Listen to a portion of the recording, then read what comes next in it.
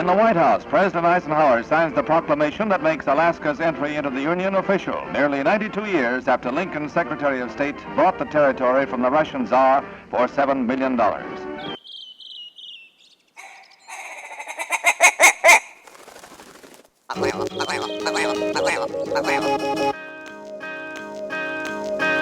Alaska Wild Project podcast is brought to you by the following sponsors.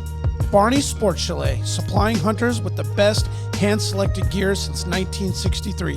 The exclusive home of frontier gear built for the rugged Alaskan terrain. Your one-stop shop for all your outdoor needs. Visit Barney's today at 906 West Northern Lights. Big Rays, the Alaskan outfitter, committed to outfitting Alaskans across the state since 1947. Whether you're a recreator, parent, guide, or corporate buyer, Big Rays has the gear you need, tailored for Alaska's harsh conditions. Check out their new exclusive line of Auralic waders. Big Rays for all your outdoor gear and rugged work attire. BigRays.com. Tailored Restoration 24-hour emergency home services, helping Alaskans restore their dreams since 1972. Services include fire, water, mold, post-emergency cleaning, repair, and remodeling. Give them a call in Anchorage, Eagle River, Matsu, or Fairbanks. Hit them up at tailoredrestorationalaska.com. Total Truck and Alaska Overlander, Alaska's premier supplier for custom automotive accessories and overlanding products, providing all-inclusive rental vehicles and trailers custom outfitted to explore the Alaskan backcountry with a unique and convenient traveling experience. TheTreehouseAK.com, located at 341 Boniface Parkway, Alaska's own and grown cannabis and CBD store. Ask the budtender what the strain of the day is to get your 10% off. The Treehouse, where the culture lives.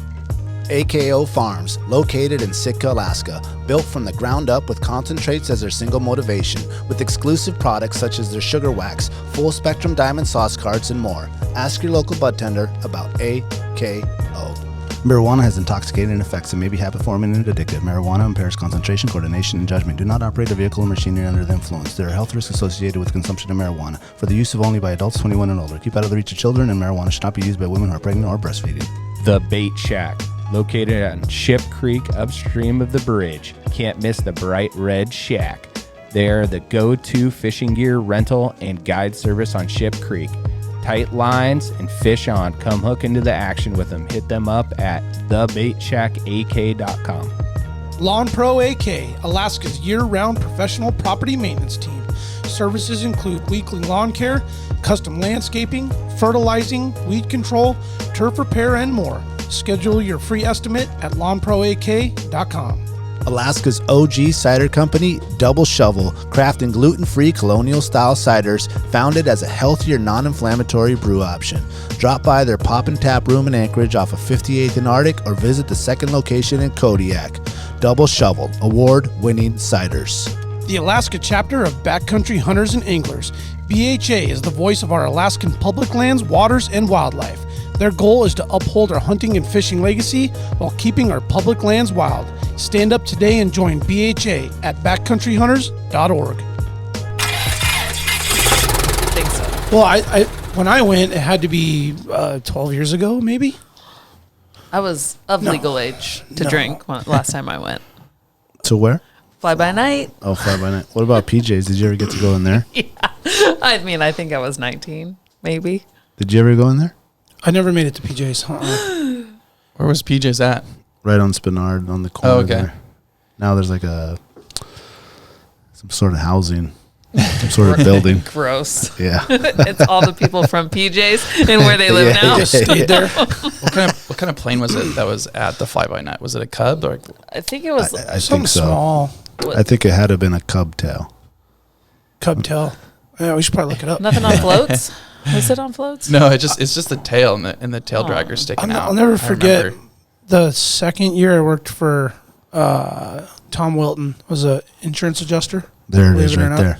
22-year-old kid with nice. curly hair. He had our company party there, like Christmas party. Yeah, why wouldn't you? I'm like, dude, that is the classiest 3 on damn H. idea Nice. for that. And that dude was That's there, who, the old man. That's who I was the last time I I need was to get there. him I on the saw that dude. podcast. Mr. White Keys? Is that Yes. the old Taproot? Is that what that is? Oh. Scroll back no, up. I think it was a different place. Okay. I forgot The about tap that room was joint. cracking, Taproot was dude. awesome. Man, it was Where the hell awesome. did that place go? Like, It's all still these- there. Now it's something else. Didn't like the Labadega bought it, and then we got Labadega. and then La Potato or something. Low potato, bodego. Yeah, it Low was all these potato, bodego. Fancy beers and businesses. such. Shit. Man, Taproot was awesome.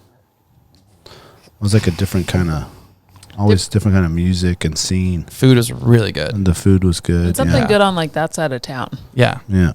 Then when there aren't like a ton of things. I'm putting a note in on PJs. Would I call that a gentleman's club? Yes. That's very polite. you have to be Very very polite. gentleman. What did Gentleman-like. PJ stand for? Ooh, good I wanna question. say Or is that, maybe the is that owner? like a Oh, you know what? I might text my dad right now and find out. he's gonna So know. my dad's buddy's dad owned it. Oh, really? So they were going in there when they were like 14. Right.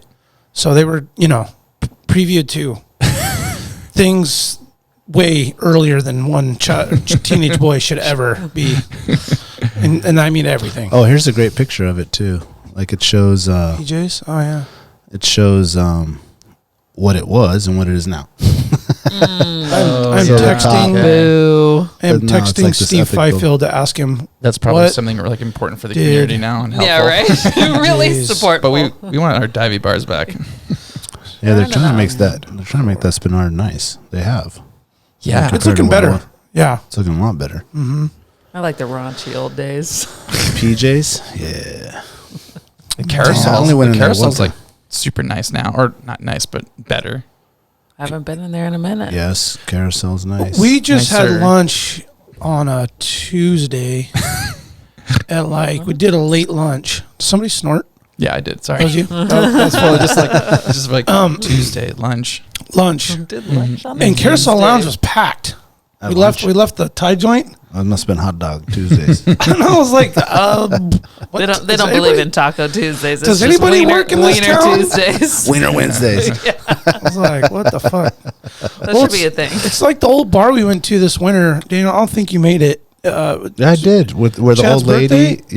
Yeah. Oh, you can't. Yeah. Oh, that's, okay, and you the, know and the old there. man had the I Love Boobs hat on. I got like 5 snaps from different people that night. All of that same hat. I love boobs hat. That- I was that like, bar- you guys all got to be at the same place. The bar, That's time. Time out. Time out. Timeout Lounge. Where's that at? It is an unbelievably clean, really well It's on Old organized. Seward and like almost Tudor. Okay. And it was age average 69 and up. Okay. And I mean, there might have the youngest person was 69. Timeout lounge. I was like, it is 1 got, like- a.m. You guys need to Got go like to 3 bed. outlines of like Mark- beer mugs, and it's on the right hand side if you're heading south. Oh, okay. It is a really good bar. yeah. Oh, it's. I mean, there's no all those riffraff. There's like industrial buildings right next to it. There's Yeah. like AIH And next car to dealerships. it. Yeah. Yeah. Only rule is if you want to smoke a blunt, you got to stand on just the other side of the line on the other building's property. The guy's like, hey, you got to. Bouncer's like, hey, this is all good. Just step right over that And one. then he came over and hit it with us. And you turned around and he's right behind you. It's like, oh my let me see God. that. He's like, you got enough for me there? I'm coming over. Let me get that. I was like, all right, cool. And there's so many cool dive bars here in Anchorage or in Alaska alone. Oh yeah. Oh, big time. Like Alaska has the. Like the further you go out, oh yeah. it's like, North, like you're panties go- on the wall, especially- stripper poles, And like then yeah. Oh. Hunting season kicks in, and then you're on your way to get an air taxi. You're like moving north, and you're like, I'm gonna stop by here, and like it's like, oh yeah. You know what a good one is? A really good one is the Totem Bar in Healy. There's the Totem Inn, Okay. oh yeah, the hotel, restaurant, and bar, Yeah. and it's open till whenever. And so you wouldn't think going through there is like everybody from 49th that works at 49th, they get off and then they come over there. And so Yeah, I've never been there. I pass through on like multiple hunting trips different times a year. Mm-hmm. And every single night it's at 3 a.m.er. Ooh. But it's just how many bars do you get to do Right. that? Right. What's the diviest? And that's not a dive bar. That's just a good bar. like on the But outskirts or in No, Anchorage. just in Alaska. What's the diviest bar? Yeah, the diviest. That is Dive bar. that is a question of the ages. That is a question of the ages. So- You're right, Oh man. gentlemen. That's a good one, right? What have you done the most calls at? Oh, yeah, right. Probably Crazy Horse. No. Oh my goodness, that's pretty divey. Blue Fox is pretty divey. Yeah, Blue Fox is by far my favorite, and then Long Branch. Like those are my favorite bars. Ooh, Yeah. Like, those are my watering holes. Yeah. I was thinking It's a outskirts really of good town, one. like fun remote ones that I've been to. I mean what's the one in Seward? That one's pretty legendary. Ale House? No, the Yukon. No. the one at the end of town. The pit. Oh, the pit. Oh no! pit. If you end up at the Bro. pit, you're like, Dive. I You messed took a up. dive. Yeah, I messed because up. you have to leave Seward. You have to actually like put in effort to get there. Yeah. Yeah. Like that's that weird cab that has shit glued all over it. Yeah, that, in the van, or you're biking out there. You're like, God damn it, I'm going to the pit. God damn it, I'm here again. Yeah. You guys ever been to? I'm probably gonna get in trouble for this, but you ever been to the Golden Spike? You guys heard of this bar? The Golden Spike? I've never heard of So it. there's this like secret bar, and it's in. Not anymore. No, I know I'm blowing it, but you know what? It's okay. It's in the park in the bus barn, in like the Princess and Denali Park Ooh, behind, and it's an old train car. cool. And it's mostly for staff, and it's this old train car that's like abandoned, and it's staff that of the hotel, of the big Denali Park Lodge, just go there, and it's like they only serve like PBR and like well whiskey and stuff like that. Out of All a the cooler good with stuff. ice. They don't even Yeah, have like right. a refrigerator. I Like, think it passes health codes, but it is Probably super not. cool. Yeah. The other thing about that timeout lounge, like I went to order a drink, so I was like, "Oh, what do you want? What do you want?" It was like 6, whatever, Crown and Coke, and somebody wanted Everything's $6. It was the lady was like, "Okay, well that's 1970," and I was like, "What? This is awesome. I was like, sure. 6 more." Guys, I found my new bar.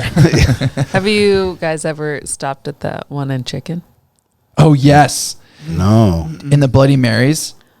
I mean, we couldn't drink everything, but like Yeah. we tried. But that's like panties, bras on the Yeah. wall, very similar Was to an Bird. older Oh, how do we not say the Birdhouse? the birdhouse. In Coots. Oh, yeah. So it's Yeah. very Birdhouse-esque. Was the old the old lady original. there? Old working lady me? there, Yeah. dogs, and it's connected to a gift shop. And she wasn't very nice. Hold on. She wasn't very nice to me. Yeah, you fool. Crack that go. Yeah. caribou mother. Damn, nobody cracked. I was Did I waiting miss for, it? I was waiting for you. I cracked before the pod. Oh my gosh! That's why they have Once to. again, showing how do you do you really know about Well, how this we is roll? like they call us the caribou call. Is that what you're doing? Or you Yeah. And crack then it when on the mic? Yep, Okay. there it is. All right, And everyone that's it. cracked. Brandon, show them how it's get done. to cracking. Can you show them how it's done?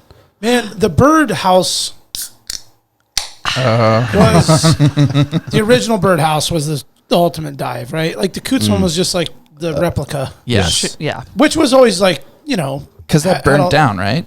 Yep. Yeah, it Okay. did in like the late '90s, right? Early 2000s. Oh, I don't remember. My Anchorage history is very hazy. I always thought that one, that bar that burned down when you go at Petersville. Oh, at the Y. Yeah, that one in there. That was Petersville Lodge? Or, no, Oh, the Petersville Roadhouse. Forks. Yeah. Roadhouse. Yeah. Roadhouse. Forks Roadhouse. Yeah, Yeah. that was an awesome one. Yeah. That one Awesome. actually really kind of is a underrated dive bar of the kind of shit that was going on back in the day. I mean, I don't know if you guys knew there was like prostitutes and shit there Oh, at yeah. times. It was pretty crazy. I thought time. that was fucking gangster when I came in there and found that out. I was like, what?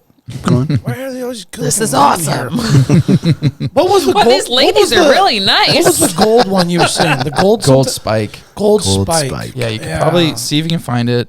I'm sure Gold because I had to I had to beg a couple people to tell me where this bar was. I've heard of it, and I had to ask ex Princess Lodge employees like, "Where's this bar?" And like, "Oh, I don't know, man. You can't tell anyone."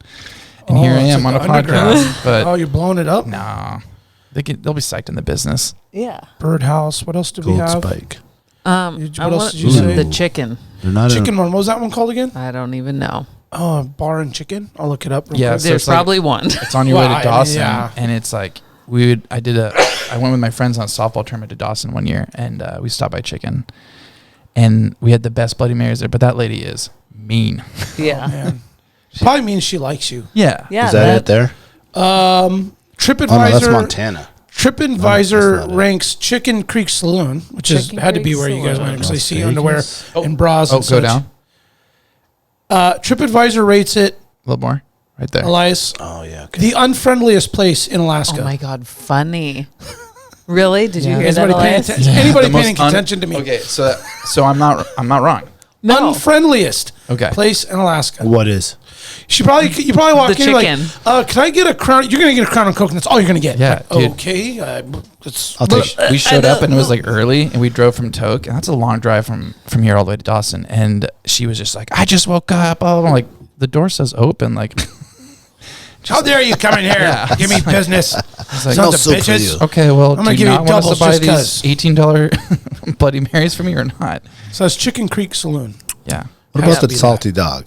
Does that count? Yeah, for sure. Yeah. That's but it's now a iconic. tourist attraction. Now Yeah. it's like a staple. What about bars in Fairbanks? Like Red right? Fox. Yeah, Red Fox. That's a. I know. You look that up. It's like best burger in Fairbanks, and you're like, man, better than Pike's. Like, okay. We call up there one spring Friday night, drag the boat up there for service, and me and my buddy Bruce, like, all right, this has got a good burger and beers, man. I've never been in here. Walked in there, dude, seen these assholes stumbling around. Chick punches a dude in the jaw. Dude. Fucking bouncers just sitting there up against the wall, just laughing, watching them, Yeah. and I'm like, I don't think I want to get a burger here. I'll come back in a couple hours. But I was like, oh, okay, this is my speed. a bar, not a restaurant. Yeah. I'm trying to think about the Characters, Homer. Oh, hell yeah. That's very divey, hubby. This guy, bro. We're there like a couple years ago, and it's so late. It's like 4:30, It's another one that was open and we're late. just fucking dunzo. Just been drinking all day. I don't remember. We were there for the Probably like a Winter hockey. King or something, or hockey. I don't know what it was. What year is this? When you didn't want to leave, Which time? it was like Oh, you're I talking was about like, me. yeah, I was like, You dude, it's remember that? I didn't realize you were 4:30. talking about I was me. like, you Remember gonna stay? You really gonna stay? He's like, yeah, man. I'm good. I was like, all right, man. Just had to do the walk home. Is that the walk home night? Yeah. Yeah, the night before, I ended up hanging out with some folks after party style. And they started busting out some real extracurriculars, if you know what I mean. Oh, they love that. Yeah, like the powdery kind. So I was like, oh, no. Where's the bathroom at? Fucking bailed. Irish, Actually, that was the Irish same- exit. That was the That same. was the same night because they were like, well, we're going to our house, want some beer? I'm like, what the hell? It was like two dudes, another gal. They were cool as shit. I think there was his wife. You just or made whatever. some friends. I did. Yeah. I actually traded hats with a guy. I gave a dude Alaska Wild Project hat, and he gave me a butt whackers. Oh, the guy. nice. Yeah. Oh, it was sick, flat bill, hella clean, and I just had my fresh ass one. He's like, I love that hat. And I was like, I love your hat, man. Swap-a-roo. I was like, I'll get 100 of them. And anyway, I got his hat. I only wore it for a little while because it doesn't actually fit that good. But yeah, that Seems was like a good idea. that was about a 6-mile walk back home down East End Road down through the wow. city to 6 miles straight. where but you we're at ended the up house, fucking S turning. we stayed at the house by the park. Oh yeah. At the beach. Yep. So man, it took me like an hour and 20 minutes to get back. I was wearing some cool shoes and they hurt my feet so bad. But you look real I cool. was like diving in the ditch because there was cops driving and I didn't want to get busted. So I was like ditch diving. Busted for walking. Got my hella nice jeans all muddy and shit. I was like, damn, man. Busted for what? Not worth it. I know. Like you're walking. white man walking, white man Sir, walking. sir, you look intoxicated on the spit. Like, yeah. You know. Anyway, I think my regret- I hope my wife doesn't hear this podcast. Man. She didn't hear that part. Oh, it's my That's dad. she's calling you. that's She her. heard you. She's calling. It's my dad. He's About the I'm going to PJ. take it real quick so I can find out. Hold Okay. on. Okay. Ask him. You guys Ask go. him. You guys go. Hey, Dad. We could have put him on the line What were here. those hookers' That's names? funny. Have you guys? My biggest regret is I've never gone to Skinny Dick's, or it's not around anymore, is it? Oh, I've been in there. I would. I think it's still around. You're looking like you never even heard of this place. I Anymore. have heard, Okay. never been. Yeah, I've been over there. You Where is drive- it? It's like on the Right way before Fairbanks? Yeah, you're driving up, On the left-hand and side, you're just like, Okay. All right. I'm gonna get right back before to you the drop video. down in there. Noted. Mixed up. Yeah. Oh man. All right. What'd you find out? Papa yeah. Joe's. Papa Joe's. That's what PJ PJ's was Papa Joe's. Not to be Yeah. confused with Papa John's. Yeah. Yeah. It was his Local. buddy. It That's was his kinda- buddy. Serving up different things. Yeah. Papa Joe's, really? Yeah, Several his buddy sauce. Jerry. They used to rock that back in their teenage days. Okay. Yeah. Rest in peace, Jerry. He's not with us anymore. But yeah, that's crazy. Papa Joe's, man. Now we know. Oh, that's going in the That's a notes. fun- that's a fun That's going in fact. the notes. What did you ever go into Good Time Charlie's? Yes. Oh, Oh, that's yeah. that's a On the way that's to a good on the one. way to Soldotna. Yeah. Man, What's crazy in lap there- dances are expensive. Leveled. Dude, But the Anyway. lady, like the bartender lady, has like a belt with like things that like catch people like throw quarters at her. Back You in seen the day. that? Back in I don't know. Yeah. So you can, when like- I was there back in the day. No, so you can like belt? drain them, right? Like, Yeah. So can she's you get a she's just drink or working, and something? people are like, I'm like, what the fuck are these people doing? Just throwing quarters, and I go and look, and she has like 2 like buckets or Containers, something, like yeah. containers like by her butt, and so people were like trying to launch them in I there. love like the main center stage. The chairs around it are like plastic lawn chairs. Gross. Yeah. Any female that walks in there ever, it's, you want to dance? You trying to dance? Like, anytime I'd ever gone in there, it's like they're trying to pay girls that walked in to dance. Oh, for you to dance. Yeah. They're like, Oh, Not okay. do I want a dance? You Do want I want to to get up on dance. stage? yeah, I was like, that's their job. It's just a full recruitment. Are you with Sif tired? and You need walk to in. take. You need to take 10. Like, I didn't find that place Can you to be get the next as 3 songs? I didn't remember come that. into the It stage. wasn't that. Time What would your name? Hold on. What would your name be though? How about that? bomb. Time bomb? Timebomb? That's your name? Oh, that was my Yeah, old. that makes that sense. was my old fight name, and so that would just have to like stick there. Wait, what do you mean Timebomb. your own fight name? Oh, when she got into Oh, fight fight mode. name? Yeah. My old MMA. Oh, Days. Oh, you did some shit. MMA? Oh man, we used to go watch her at the Sullivan. No. Yeah. Can you guys pull a photo of that up? No, probably Oh, not. Man, you gotta have That some. was before. Emily would kick the fuck Before out the of internet? girls. I mean, I was Oh, my doing this God. when I was like 21 years old. Oh, that's awesome. Yeah, a long time ago. It was so funny. So I was at work yesterday and walking through the bay. All I hear is "Time bomb," and like not a lot of people call me that. So I was like, "Who the fuck?" It was a guy I hadn't seen in a while, and he was captain that day for a while. But he just thought it was hilarious. Scream "Time bomb." How many fights did you have in the AFC? The AFC was only like 2 or 3, and then I was doing it mainly down in California. That's What? right. Oh man, I You did it in found California? That's amazing. How many fights did you have total? 7, I think. What was the record? 5 and 2. Damn. Oh shit! Damn it! Yeah, AFC was I got AFC's onto not some- around anymore, is it? No. I got to It this was thing big for a while. Yeah. on You SureDog.com. son of a bitch. No way. Is she on there? Emily Timebomb Thompson. MMA Such stats, a pictures, fool. and news. Let's I'm pulling focus it on up. who's I'm our pulling guest. it up. Who's our I'm guest pulling it up. today? It instantly blocked me though, so I don't know. Oh, it did. It's- You have to pay. Yeah, it's a different kind of website. Oh, you do I have was to like, pay. oh man. Oh, Emily. Okay, you But I got found lucky. at the top, dude. Time out, your Emily photo's Timebomb protected? Thompson. I'll show you some. You know your you've made your it. stage name would definitely be Timebomb I then. know you've made Yeah. it when people have to pay for photos.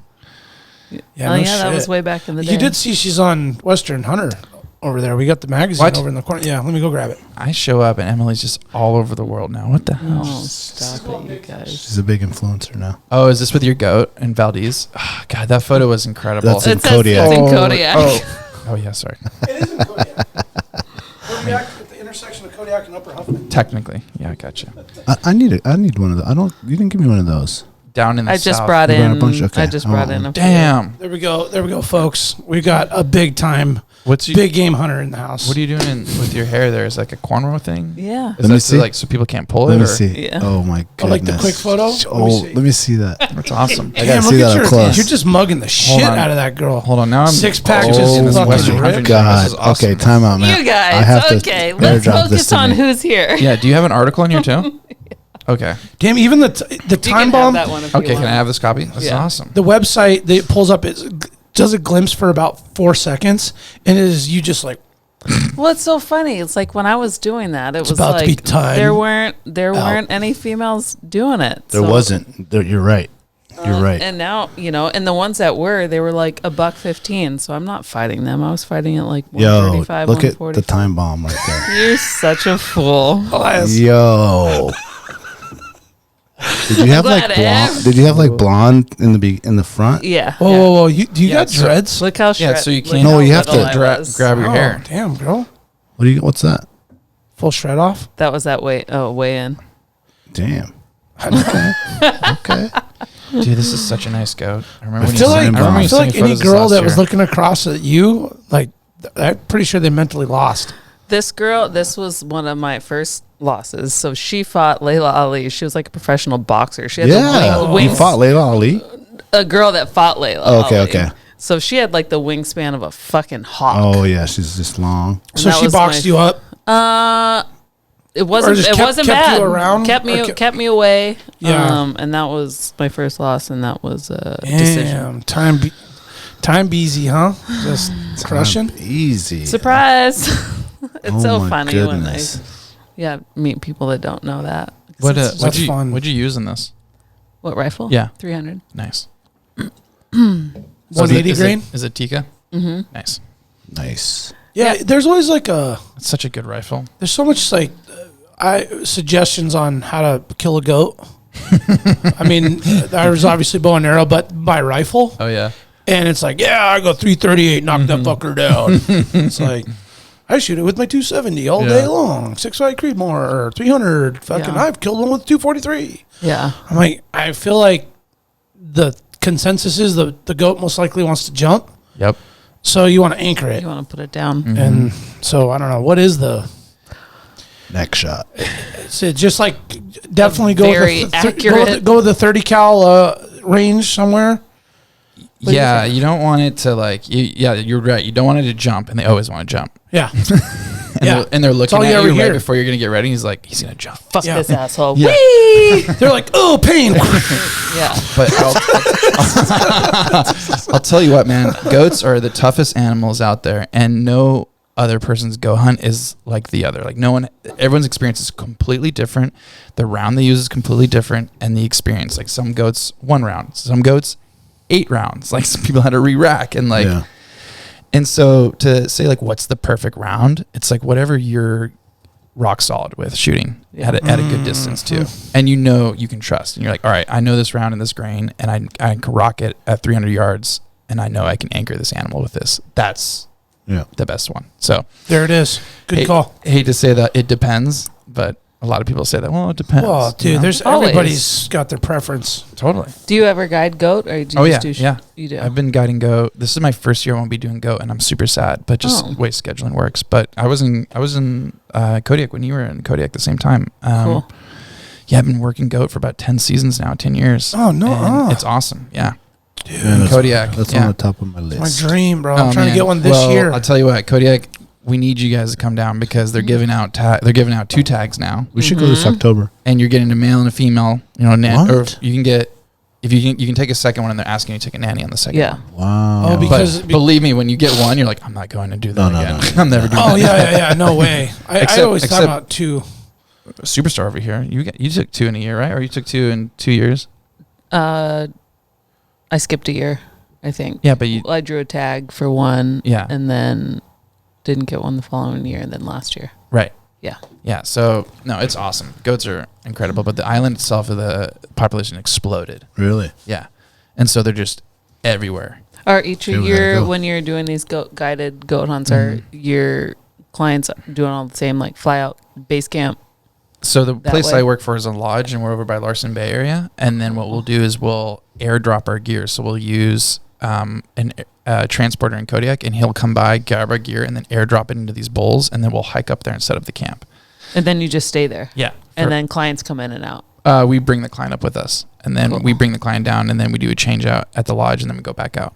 Cool. So they're like 5-day hunts, and tell you what the best part is: dropping the gear out of the beaver is super fun.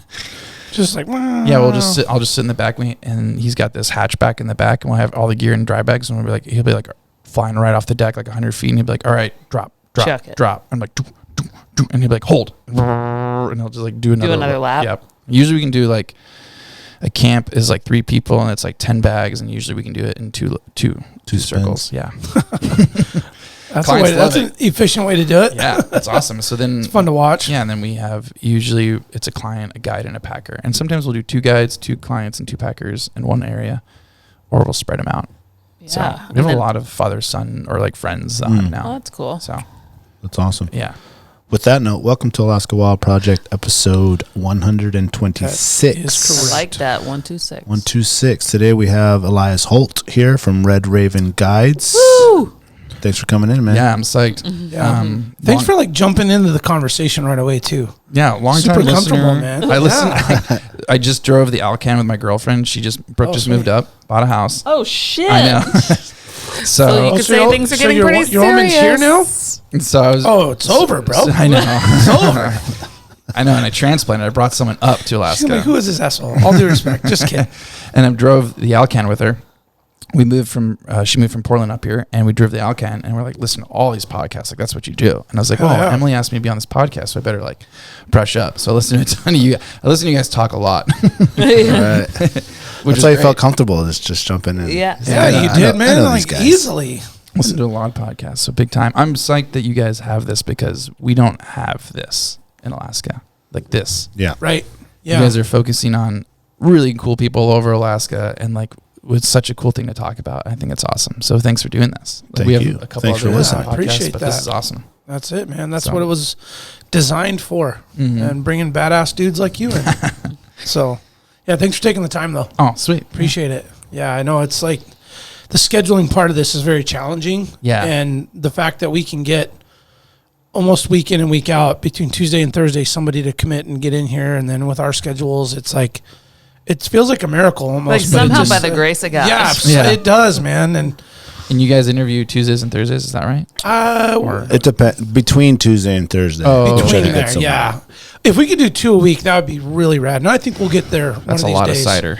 That's a lot. That's a lot of, yeah. That's a lot of caribou calls. I don't know if, can you guys and have a normal? We need Yeah, to you'd we need to be- have Jack make one that's like just water. So, Hey, I want the hop water. Oh, the hop water. The one. hop water, man. Yeah. you got to. Jay Liska was on. He's been on twice. Mm-hmm. The latest one, he brought in some homemade hop water that he just made like the day before, I think. Because he quit drinking, but he still wants to, Drink party. some carbonation, like, or feel like he's part of the club, you know? cool. So he brought it like He brought pony, a pony cake. keg of fucking hop water that was delicious. And, Interesting. yeah. I've What does it never heard taste of like? such a thing. What's hop? Hoppy water. Describe I it. don't know. I'd Okay, say kind of like sparkling water. Yep. Okay, carbonated. Like a Like a kombucha. no. But does it have that weird bite like an IPA does, kind of like hoppy? Okay, no. It tastes. I actually think if you don't like IPAs, I think you'd be surprised that you actually like the taste of hops. Okay. But the IPA bite is maybe not what you like. Okay. So the hop water tasted hoppy. I can't even explain what that even tastes like. It's Yeah. very flowery, I guess, floral flavor, very mild floral flavor. Yeah. But without the nip on the back of your tongue that IPA gives, which I really like. But and then it doesn't have any alcohol, which is good. Yeah, it's If awesome. you're not trying to go that route. Yeah, it was Just- good. It was really good. It was really refreshing. So And you brought a whole keg of that over. pony. A pony keg. Yeah, Yeah, he that's did. awesome. He had it on the job site, so him and the homies at work were drinking it all day, and then we finished it off. Nice. But we all had 2 or 3 16-ounce cups. Yeah. Yeah, try it out. But to your point, to do it Tuesday and then have Wednesday only and then Thursday again, Yeah. like I don't need to be working on Friday Right. either. Yeah. That's sleeping day. That's like take the kids to school, come home, go back to Right, bed right. day. Yeah. But once a week, that's pretty good. I mean, if we could do it twice a week, if we are doing it twice a week, that means that we're not probably working our full-time jobs as much or something changed pretty drastically. So maybe like retirement goals. yeah. Or before that. Yeah. Maybe. I would love to be doing this at least 2 or 3 days a week, like it part of a job and then doing other stuff in between. Not the full-time job grind bullshit that I'm doing now. Have you guys So, done a live one yet? We done a few. Yeah, yeah. Yeah. Yeah. How'd they go? Good. Good. There's room for improvement. Where do you do them at? Well, live where actually everyone can hear. We did at the Palmer Ale House. Oh, nice. Double shovel 2 years ago Yep. We did a double during shovel. Father's Day weekend. Yep. We did that And then too. we've done a lot of on-site ones. Like we've Okay. done one at like the Salmon Derby. We did Oh, one nice. at out wintertime at Jewel Lake Jamboree. all of them were live on Instagram though. Yeah, but as far as like live and people can hear you or people are there to listen to you, Yeah. two. Yeah. But we'd like to do more of them. We actually are planning to do like a Southeast thing. Oh, totally. Where Yeah. we'll go down and go to Ketchikan, Sitka, Juneau, and go do some live We're gonna Nice. do a ones tou- we're at gonna like do a tour. some different places and get some cool people from down there to come on. Go to Kodiak maybe? Oh, we're definitely gonna do Oh, it in yeah. Kodiak. Yeah. Yeah, we're definitely we got some people to hit up at Kodiak. I mean, Well, we got Big Ray's is on as a sponsor now, Oh, awesome. and their connection, Big Ray's, is their outfitter sporting and shop down there is pretty legendary. Yeah. It's And so- now the only one really, like Size Sporting Goods Right. moved out of town. And then Yeah. Double Shovel's there too now. yeah. So cool. So we'd That probably is- do They got one a spot. there. We'd Yeah. probably do 2 and bring in like maybe 2 or 3 different people. I know we've been trying to get Cole, that you mentioned him earlier, and then some other guys out there. God, there'd be There's so so many many- people out there. Like Oh we could go my gosh. we could go yearly. Dude, you could. I love that place. I love Kodiak Island. I would live there if I could just drive off of it. Sure. Yeah. You know, and the weather wasn't so brutal. Other than that, like it's the only things that are holding me back. The ferry run used to be frequent enough that a person could do I that. used to run from Seward. Well, I really? ran Oh, I didn't in. know When I was a that. kid, I'd take the Seward one, and then the Marine Highway System used to have way more ferries operational. Oh yeah. So yeah, that's that- another 4 problem. or 5 years ago, post COVID, Yeah, that shit. Kennecott, Or no, Tuscaloosa. when the new governor took over, he like cut the fucking budget way out of that. Well, does that Yeah. ferry not? So It I runs was, from Homer now. Well, okay, maybe because I just saw Cole in Seward on the 4th, and I could have swore he said he just took the ferry over, but it must have been from Seward, He not might, Kodiak. he probably just said that. I don't know.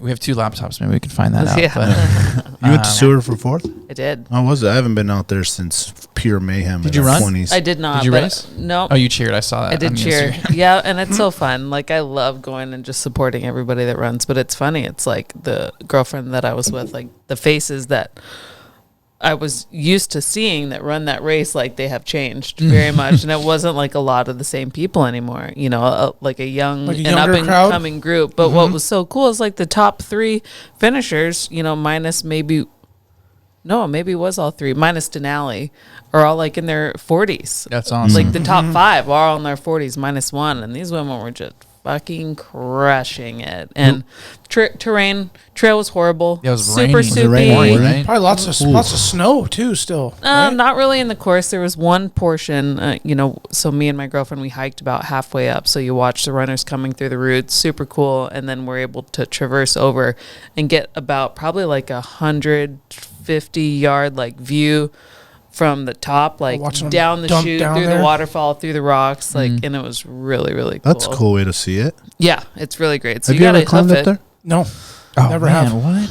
I know. It's brutal if it's rainy and slippery. Dude. Though. And it was like we looked like we raced. Like by the time we came down, fucking mud everywhere. Just come down with your arms up. Like, nice work. Yeah, I don't have a bib. I I don't lost. see a number on them. No, it's fine. I'm just too fast. Congrats, nice work. You're like, thank you. Yeah, Thanks, thank everyone. you. I run through the finish got a- line. you got a It's beer? tore Oh, down. But it's just such a cool, unique Alaskan thing, you know. And I worked the day before and day after, so it's just a perfect little like day trip, jam Yeah. down, watch the race, cheer on some people that I knew, and It's cool that they're doing on 4th of July now and not the weekend. Didn't they used to do it on the weekend of 4th of July or something? Or I was it don't always think on 4th? so. I think it's Okay. always been on the 4th. But maybe sometimes 4th landed on a weekend. Is there just chaos? where it was Dude. just an epic, perfect storm of Just- mayhem and yeah. destruction. I think I've been there for a few of those. It's like, wow. Well, back in the day when I they always used to let avoided it, everyone man. just camp wherever, Oh yeah. yeah. dude, and we were all in our 20s. Mm-hmm. It was mayhem. Yeah. Like tent city. Just, I think I got my first 2 MICs. Nice. Yeah. In a row. Like Yeah, 2 years in a row. What? dude. Oh, Oh, was like like 2 night, days. night Like, after night. Saturday. Same cop. yeah, like, 2 in a didn't row. I just dude. see you? That was my brother. They don't let you do that anymore. Oh, the horror stories, man. I never The went. who? The horror stories. Oh. I got a little The like horrors. those horrors. I never went, dude. I avoided it. I always thought that the stories and everything I heard, there was like nothing good that would come of going there. Oh, definitely. Besides epic experiences that people share where they're like, man, I almost got my head blown off. And You're like, I ooh, almost neat. got cut by a dude that just pulled out a switchblade. I went to the pit again. Damn it. oh, the pit where I got an Walked MIC. home in your motherfucker. clean sneakers and your nice jeans. It's like, kid, you're only 16 years old and you're in the pit. Not with Or that your beard. first MIC. Fucking punks, man. Punks. Oh, the fights and Yeah. like people getting shot at and the whole thing, and I'm like, It's all more family now, right? I think Family so. oriented. Yeah. Sure. Probably. I kind of feel ashamed that I guess I haven't gone up the mountain marathon trail, and you guys are what? I'm like, That's Oh, a y'all one done that you it? got to do. okay. I've done it a I few mean, I'm times. down for it. I mean, I wasn't into hiking and stuff when I was in my younger years. Yeah. I liked my crusty ass, super leaky old jet boat, and we went and ran the Little Sioux and fished up north for silvers. And everybody went and did that, and I went and did opposite shit. Yeah. Yeah. And that was always my MO. It's a really well beaten in trail, clearly, because there's a race on it. Super vert though, right? Yeah, it is. It's like straight up. But it's... What's the elevation gain on that? I think like three something. Three something. Yeah. Fuck, dude, that's We used to love to go up and up then there. cut left and come. You could just run and jump when you used to have good knees, and you would just fly That on scree. that like, down that yeah. scree, and just be like, And guys still do that, and it's wild. And I'm just like, just hurt my knees. it's so thinking about it. cringy just Yeah. watching people. Have you ever worked it on like medical? Have you worked medical there? No, but one of my coworkers was working medical in that area that we were watching too. Yeah. He's like, "This is the area where everybody falls." gets- I'm like, "Why you look so excited? Like, stop!" I swear it's about to go down. I'm like, Wayne, like, come on. Get the braces out, get the tape out. He's got all his stuff in his he's hand, like- just Yeah, he waiting. does. Let me see His those gauze. knees. Let me see those knees. And he's like, man. "Yeah, some chick, she tripped and she ate shit, but she was fine." I'm like, "Oh my god, cool, Wayne. I'm glad to know you're here to save people." Carnage. We're into it. I was watching my wife's friend's husband. He did it like 2 years ago. I don't know what spot he was coming down. She sent me a video of it, and his method of like running was like running, jump, roll, running, jump, roll. So like 5 times he was like. so He fun. like stumbled, Like somersault forward? He stumbled forward.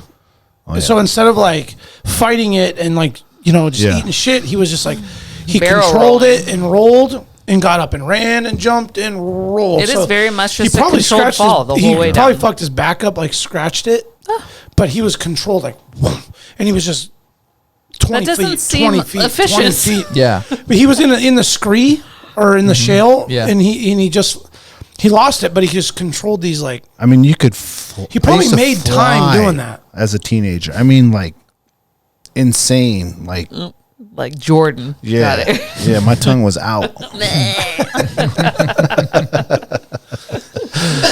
That's when we had knees back in the Yeah, day. we don't I have would knees never anymore. think about doing that kind of shit. No. I jump out of the back of my truck right now and I'm like, ooh.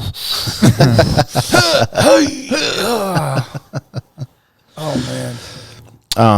I want to say thanks to Chad. He's not here tonight, but he let all of us shoot his new gun out there in Eureka. heard We went about to that. Eureka out there, and he set up a target like 1,000 We yards. got to give the dude that built the gun some love. What's his name? Oh yeah, we do. Shit. I'd never even attempted to shoot beyond, 300 yards. I mean, winging at shit, like, being stupid, but not like a control. Let me try to shoot something at 1,000 yards. Sure. And I was amazed how easy it was. With the right setup. Yeah, With the right setup. With this rifle. Yeah, with this Oh, rifle. yeah, it was What were you crazy. shooting? Yeah, and so then he did it, and then he let me shoot, and then 7mm? Jamie shot, Okay. and then he let Meteo shoot. Meteo, my son, he's 12. He's shot a lot of guns, and I've only let him shoot iron sight. I'd never have him do any scope stuff yet. Good. That's great. So he's like he's really good through iron sight. So he shot a lot of 22s and 30 and stuff like that. But it was his first time ever, and it's like the first time you're ever gonna shoot through a scope. Here's 1,000 yards. Boom! Second shot, hit it. It was like. What did he have a scope for on it? Like what's like? What did he have? The VX5? I thought maybe it was a Night Force that was on that. There's a turret though. Yes. Yeah, Yeah, obviously. definitely Yeah, a turret. Definitely a turret. setup. And had all the ballistics on the Oh, the yeah, stock no, and this everything. Chad So you just went kind of full- plug and play and just, 182 grain.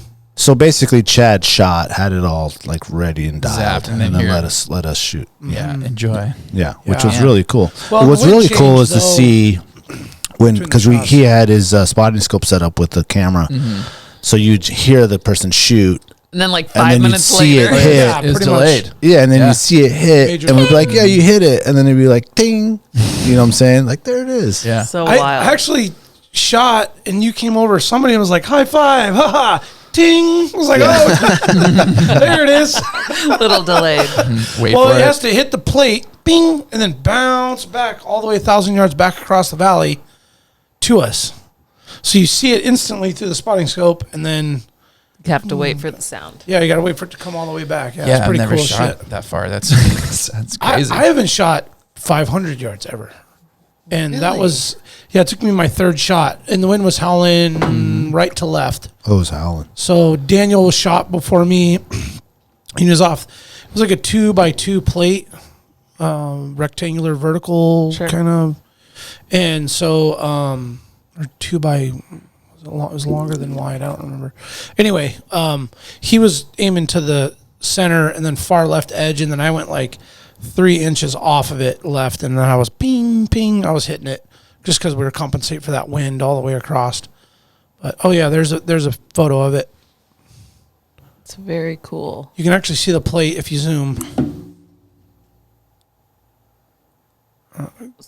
So, like, you guys never go to Talkeetna to shoot or anything? I mean, I don't have any firearms like that.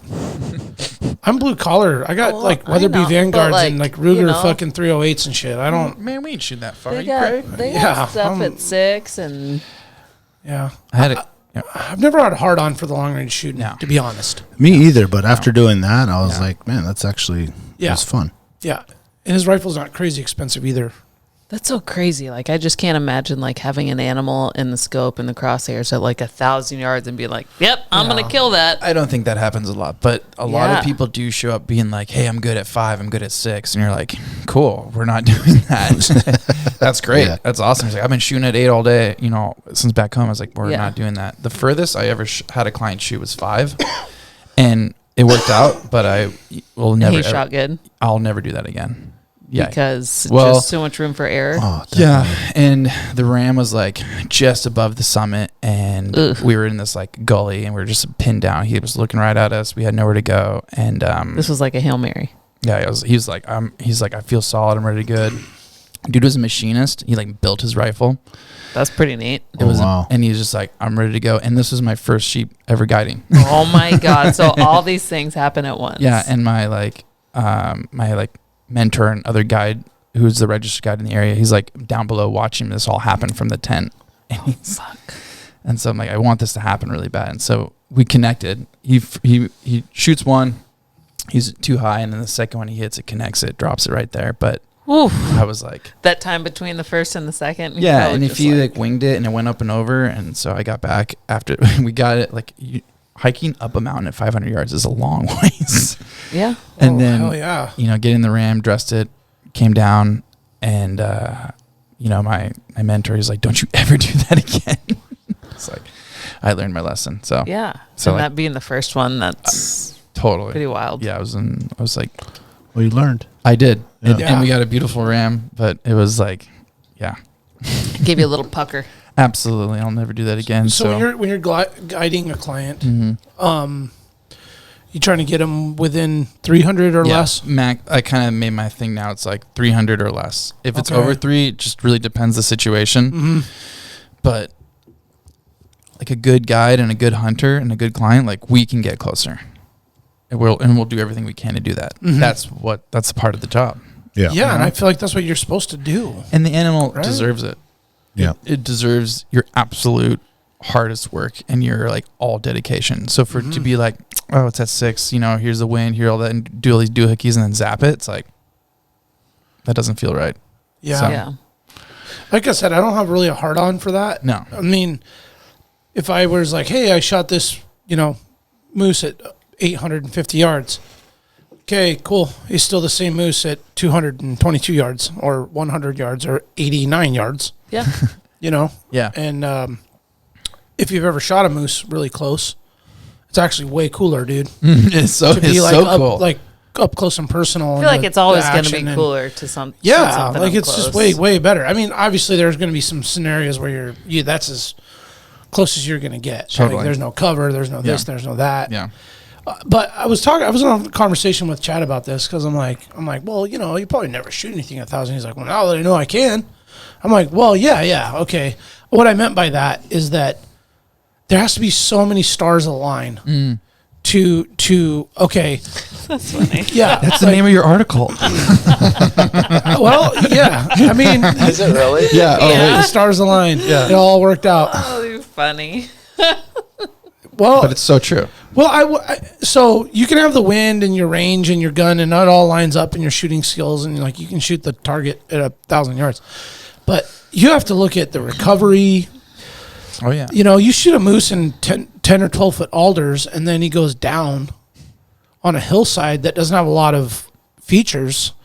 or any landmarks in which to kind of figure out. Yeah. Now you have to go 1,000 yards down across the valley and like, oh, where the fuck is the moose now? Yeah, you better be able to mark him and Well, somehow. And so that was my thought, was the recovery of an animal at 1,000 yards. So if you're shooting something that far, like I could see, for some reason, the first thing that came to my mind was a big black bear and a huge alpine hillside crushing blueberries or something. And he like, you smack him, and he like rolls, and he's like laying there, and you can see him.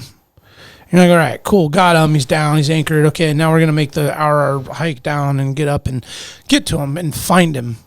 But it has to be a perfect scenario. That's what I mean by the stars align. Yeah. Beyond the wind and all the crap at 1,000 yards, like it's just the decision to make to shoot something that far. Everything better be really set up. Yeah, I don't know many people that can do a second shot at 1,000 yards. Like do a shot, animal moves, and then set up and do another 1,000-yard shot. Like that's the thing. Is Acquire the target. You better be damn sure that your first one's gonna drill it and call it good. And like none of us know that in hunting. That's a hell of a good point, dude. Yeah, like so.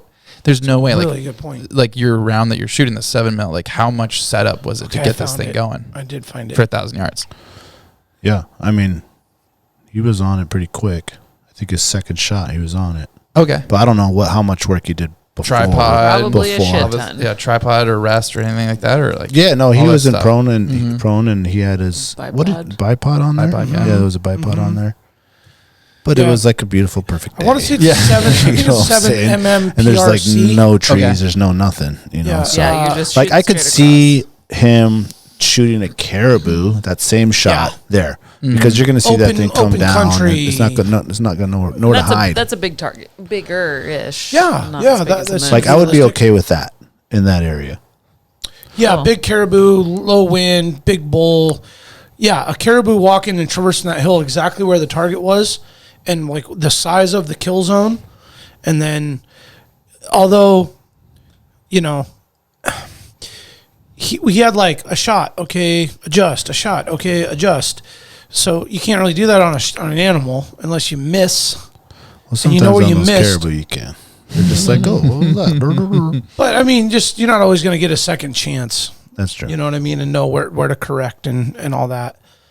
TS Customs precision rifles. Okay. 7mm PRC, 182 grains we were shooting. Wow. Yeah, custom loads. What was the name of the bullets? What's he using the 7mm for? Is it just target practice, or is he specifically using that round for something? Did he win that? He or told something? me he built the rifle Okay. to be a one and done Alaska big game animal, everything minus a Kodiak brown bear. Yeah, I was curious, wondering what he was using. Yeah. That. You don't hear many people using 7mm anymore. Yeah. So that's cool. I mean, my cousin from Valdez been shooting old, like, what the hell, Remington 700, or would that be a Remington? He's a Remington 7mm that Right. old Woodstock blued, you know, Leopold gold ring on it. Loves it. Kills moose every year with the Yeah, 150 grain. Hell yeah, man. You know, he likes to shoot all of his shit a little further. So it, you know, gets its expansion and so thing. I mean, I'm talking like 200 yards further, 250, because all of our kills are like 100-yard shots. 1,500. Oh, it's a mile and a half away. Yeah, a little bit up and to the right. That's what it's all about. It's these like guys with these older rifles that have like seen more animals and more time than I have been on this planet. Like that's the cool stuff out there. To see those kind of like to hear that, that's awesome. I Yeah. love those type of rifles. Yeah. But personally, I don't feel comfortable past like 220. And that's fine. You know what I mean? That's good. Like I want to get closer. 300, 300's You know what I'm it for saying? me. No, That you- was funny. That was Like I have one of- some farther, but like, man, Yeah. I'd like to get closer. I Yeah, think that you- was one yeah. of the combos that we had on the bear. He was like, okay, well, how comfortable or like what's the range? It's like where you feel like I'm good. I was like, well, I've been pretty quote unquote lucky. Like everything I've killed has been under 200 so far. He's like, we'll get 200. That's easy. Yeah. He's like, no problem. Right. And so it's like we ended up stocking this thing up and, you know, we got within 2 and he like kept going closer. I was like, no, we're good. Like this good here. Like we can stay here. And Yeah. it was like 200 on the dot, you know, and dumped one and that was it. That's amazing. This is 300 the- also? This is for what? The bear? Mm-hmm. The one you just did? Mm-hmm. Nice. That was a beautiful pair. Yeah. Thank you. Beautiful grizzly. What are you doing with it? Just dropped it off at Grizzly Expeditors with our boy Christian, He's and the I'm man, just dude. gonna start Check with him out. the tan, and then get it back, and then figure out if I want to do a rug a little bit later on. I've been talking to B a lot about that, but nothing. I have an idea. I'm gonna give you my 2 here we cents. go. But You got to get 2 same size and do like the sleeping bag style. Just get them together. Nose to nose. You know how the girls wear the sleeping bag stuff? I've never heard of that. I love it. You know what I'm talking about? No, I don't. You seen the girls that wear the sleeping bag? It's like it has sleeves and all this. Or no, it doesn't have sleeves, but it opens It's like up. a Snuggie, but a sleeping bag. Okay. Yeah. You never seen these? No. What? Jamie was wearing one up on I the think thing. it's just a full body puff, dude. It's a What onesie. it's like a full body puff, but just Okay. take 2 bears and put them together like that. Oh, and make one. And make one. Full body bear? body bear. Yeah. 2 bears. Not a good idea, but you should do it. Sure. Okay. Well, let's go out and Emily, get another bear you right might now. get shot if you did that. No, you just wear it for Rondi downtown. Yeah, you got can only it. wear it Full once a trophy. year. Special Yeah. occasion. Full rage, Got just it. down the street. Once I get it back, I'll try it on for size. that fucker's a time bomb. See how, Yeah. see how Time she bomb. fits. Let's see you there. No, rugs are awesome. Did you measure it? Did you square it out? I think it was small. No, it's okay. It was like 5.5. No, but those grizzlies. Yeah, grizzlies aren't big, man. Yeah. That hair on that thing was awesome Yeah, and well- not rubbed. Yeah. Come on. That's what I said. Dude. I gave her my emotional response. She's like, what do you think I should do with it? I'm like, well, I was like, it's your first grizzly. Yeah. Not a lot of people get grizzlies. Ever. Grizzlies are not just a bear you can go get. Yeah. All right.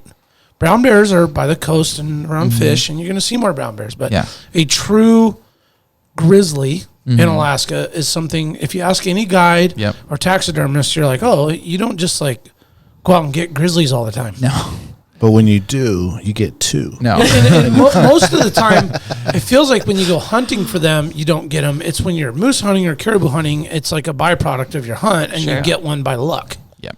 which is how I got mine last year, which is just Yeah. dumb luck. It just happened to be the first grizzly in 11 years in the same hunting spot. To see 2 grizzlies back to back. Like, what? Wow. Like the blue bears were just right or whatever it was there. Yeah. And then I talked to Tad with Name Your Game, and he's like, shit, man, guys just don't get grizzlies very much anymore. I'm like, really? Yeah. He's like, no, man, guys bring you brown bears all the time. Sure. People don't bring you grizzlies that have the Wolverine blonde strips. Yeah, that and color is Yours is like really extra. yeah. When I saw it, I was like, oh, that's pretty. Like, Pretty, man. very And pretty. no rub at all. Like clients will come up and do spring bear, and they'll be like, "Oh, I guess I'm getting rubbed bear," and thing like that. Or they'll Yeah. pass. yeah, and Or they'll, they'll Do you pass guide, until they do you get a guide perfect bear one. too? I did one season, but I don't do much bear. Occasionally, when I do the sheep season, we'll have combo hunters. So like guys that want to get their sheep done, if there's a bear out there, maybe we'll get one. But Cool. no, I don't specifically do it because spring bear is like prime ski season, baby. Yeah. Oh, yeah. You have to Yeah. trade I gotta- off. I gotta pick and or choo- You I got to gotta- pick one. I got to pick and choose. So I love my sheep and goat hunting, and I've been just starting into moose guiding. Oh, cool. But I do love my sheep and goat. So bear is like, it's just not like yeah, you're you can't- over in you can't do you're it all? over in Antarctica Can't do doing every- other cool can't things. do everything, You can't so- be 2 places no. at But once. congrats on that trophy. I'm serious, and it's not the size is Thanks. nothing like that. You worked your ass off for that bear, I did. and your post is so good and humble about it too. I love that. You're like, hey, like this is like I suffered, and I text Oh. you. It's like, don't you leave your pack. Yeah.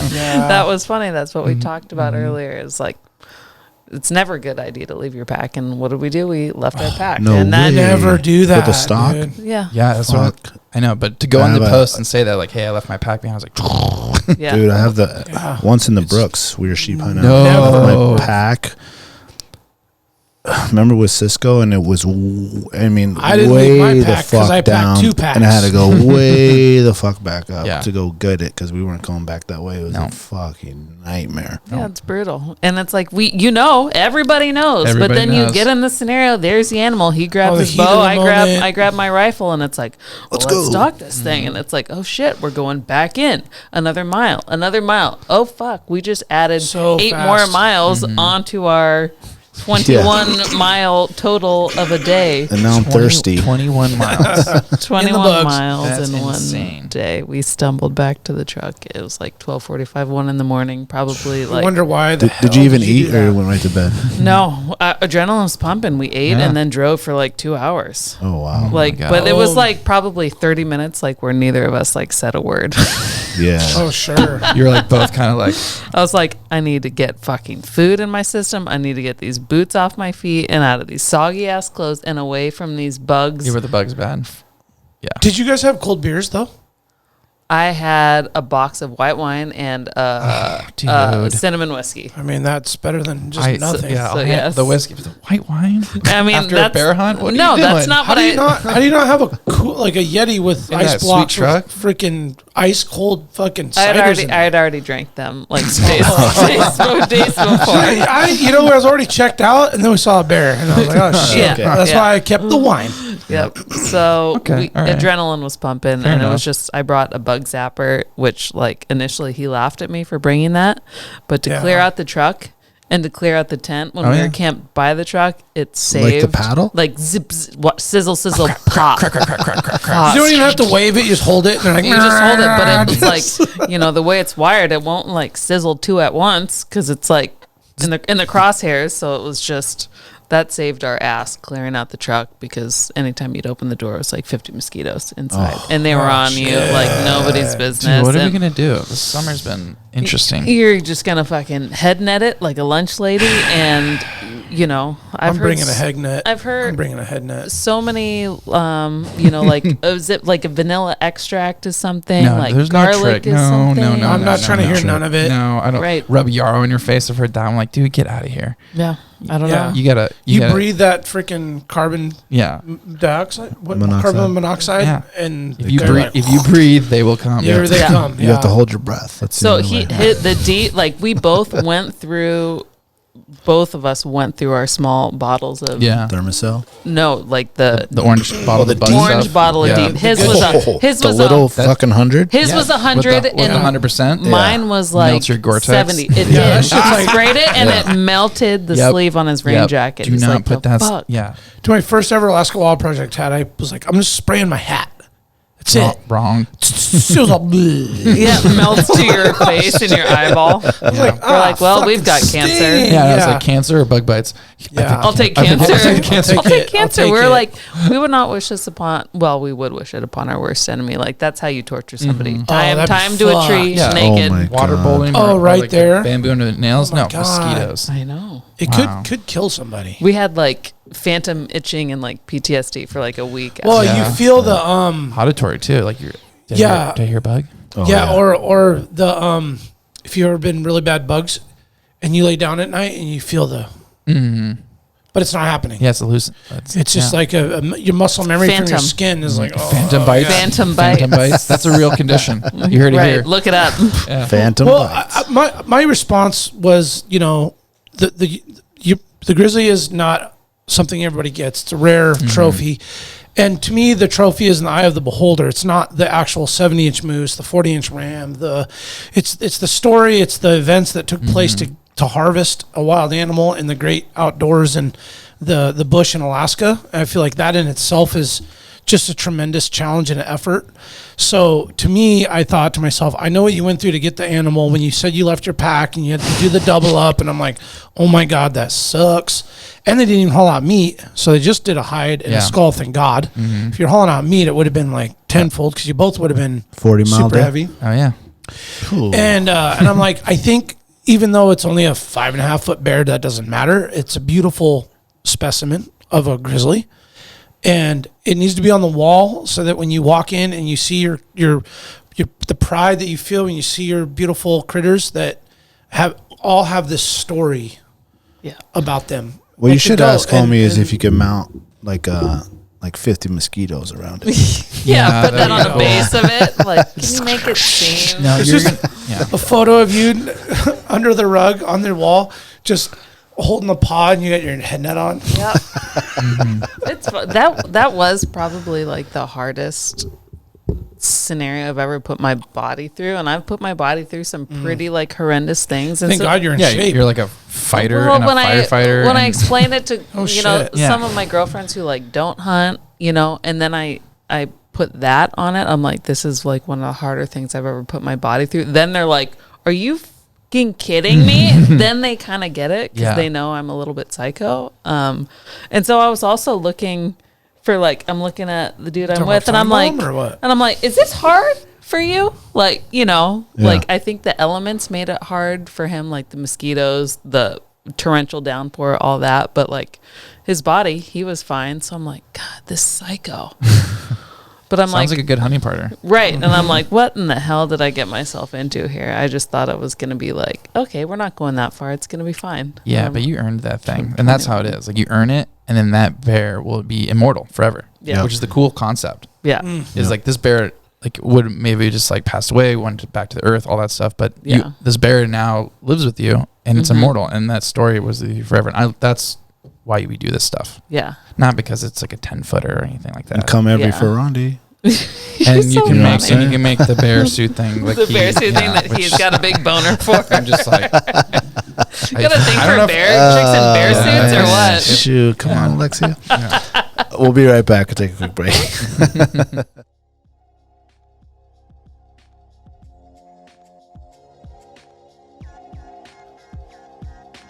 Barney's Sports Chalet, supplying hunters and outdoor enthusiasts with the highest quality gear and equipment since they opened their doors in 1963. Barney's carries exclusive brands such as Alpaca Rafts, Sitka Sims, Exo Mountain Gear, Hilleberg, and much more. Barney's prides themselves with keeping a huge stock on hand of various top-of-the-line tents, footwear, sleeping bags, optics, cross-country skis, just to name a few. Barney's is also the exclusive retailer of Montana knives, Seek Outside, Kafaru, Stone Glacier, and their in-house brand, Frontier Gear of Alaska. Barney's has a superior selection of top-rated boots, sleeping bags, dry bags, mountaineering gear, electronics, and accessories. Need freeze-dried food or mountain snacks? They got that too. Barney's now has an amazing new paperback catalog available for in-store pickup or online order. Visit them today at barneysports.com, or even better, stop by the store in Anchorage at 906 West Northern Lights. If you want the best, there's only one name in the game, Barney's Sports Chalet. The Alaska chapter of Backcountry Hunters and Anglers. BHA is the voice of our Alaska public lands, waters, and wildlife. From national level policy work to engagement with boots on the ground projects from Kotzebue to Ketchikan. BHA performs public land cleanups, hunting and fishing clinics, and community education to help take your game to the next level. BHA's community-minded goal is to uphold our hunting and fishing legacy while keeping wildlands wild and fostering the next generation of sportsmen and women for years to come. Make sure to follow BHA Alaska for upcoming events, local brewery pint nights, and more. Stand up for Alaska public lands and waters by supporting the Alaska chapter of Backcountry Hunters and Anglers. Join us today at backcountryhunters.org. The Treehouse AK, your one-stop dispensary located at 341 Boniface Parkway. When you pull up to the Treehouse, you'll notice the beautifully hand-drawn art by Alaska's own Ted Kim. Once you get inside, you're going to see many of the same people that have been there since they opened. The bud tenders know you and what you like and what new product you should be checking out. The store is super clean and the music's always on point. The Treehouse and local owner Josh Boots is a staple in the cannabis culture through his music, community givebacks, and a lifetime desire to bring the people of Alaska the best products available. The Treehouse always has at least 25 strains available, and they're all shown prominently deli style in clear, openable jars so you can see and smell your options. Other products include edibles, concentrates, vape carts, pre-rolls, flour, dab rigs, and anything else you need, they got it. They also have some pretty sick merchandise for sale. Check out thetreehouseak.com, or better yet, stop by the Treehouse today and get started on their loyalty program. Remember, you must be 21 years of age to enter their store. The Treehouse, where the culture lives.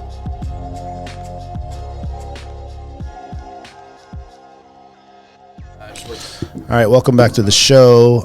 Really quick, I want to give a shout out to the Bait Shack. They have their Coho Rodeo event coming on August 5th. It is a one-day tournament from 7 a.m. to 7 p.m. It's $25 to enter. You can go down there to the Bait Shack and sign up. They have some different prizes, not only the biggest. I think it's the most. Last year he did it the most on the stringer. I'm not exactly sure 100% what all the rules or what Total it is. pounds of your 3 fish, kind of like bass tournament style. Yep. Okay, that's what it is. Total weight. Total weight of the day. So 7 a.m. to 7 p.m. Coho Rodeo, August 5th. Good call, man. That's coming so quick. What is that? Is that a Saturday? The King Salmon Derby feels like it just ended back in June, but we're mid-July. And then you were talking silver fishing, and we're talking hunting soon, and it's like, shit. July's over. What is it? 13th? Oh, yeah. Man. July's This over. one's flying. This one's flying too fast. It is. Too Like, fast. I finally just cleaned my garage, like between trip. I'm so envious of you. You have a weekend off. This weekend? Dude, Not I was really. supposed to have a weekend My off, kids man. I got a baseball tournament and a soccer tournament at the same time. It's just like we're just divide and conquer. We're bringing nice all the, one. like grandma took them to the crispy. morning, and aunt's call. taking them to There the you night, and me and Redeem mom are yourself. splitting the other ones. Yeah, Man. That's but a it is lot. nice. But I'm glad that I got the garage and the yard all taken care of, so that actually we can kind of relax. The wheelers are still covered in mud. Well, the thing is, all the bags and the coolers are so dusty. Oh and yeah, I muddy got all and those dirty. cleaned up.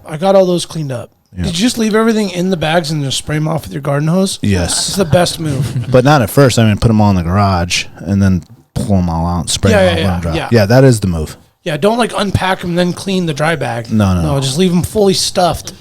Yep. And then they're all inflated and you can like get all the shit off. That is just a dirty experience.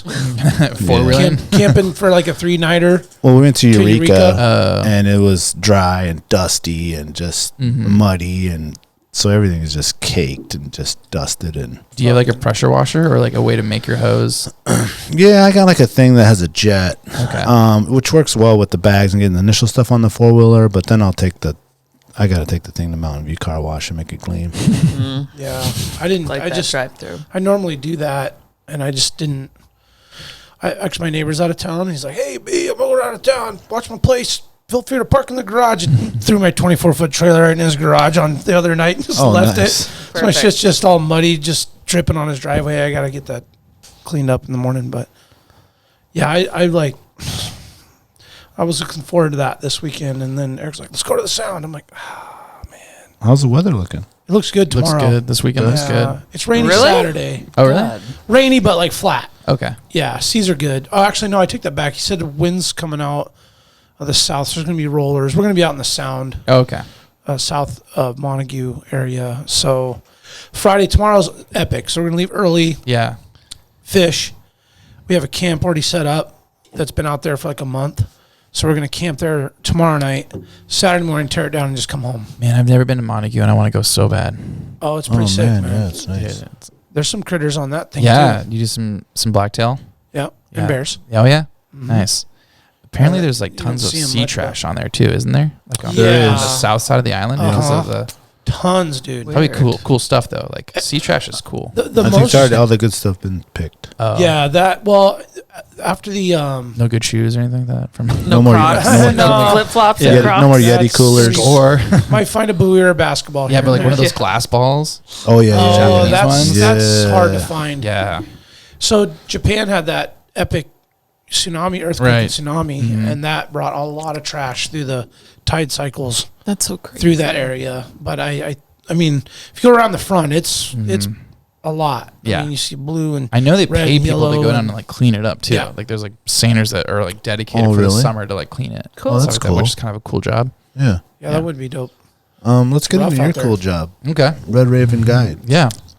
Now that's not a hunting thing, right? No, that's just ski guiding. Okay, ski guiding. Yeah. So we've got two things to talk about. Yeah, Because I want lots to of talk guiding. about hunting and I want to talk about skiing. Red Raven Guides, I started it in 2018, and it's just my ski guiding operation. It's just me, and then I do have occasionally another ski guide that works for me from time to time, but it's just me.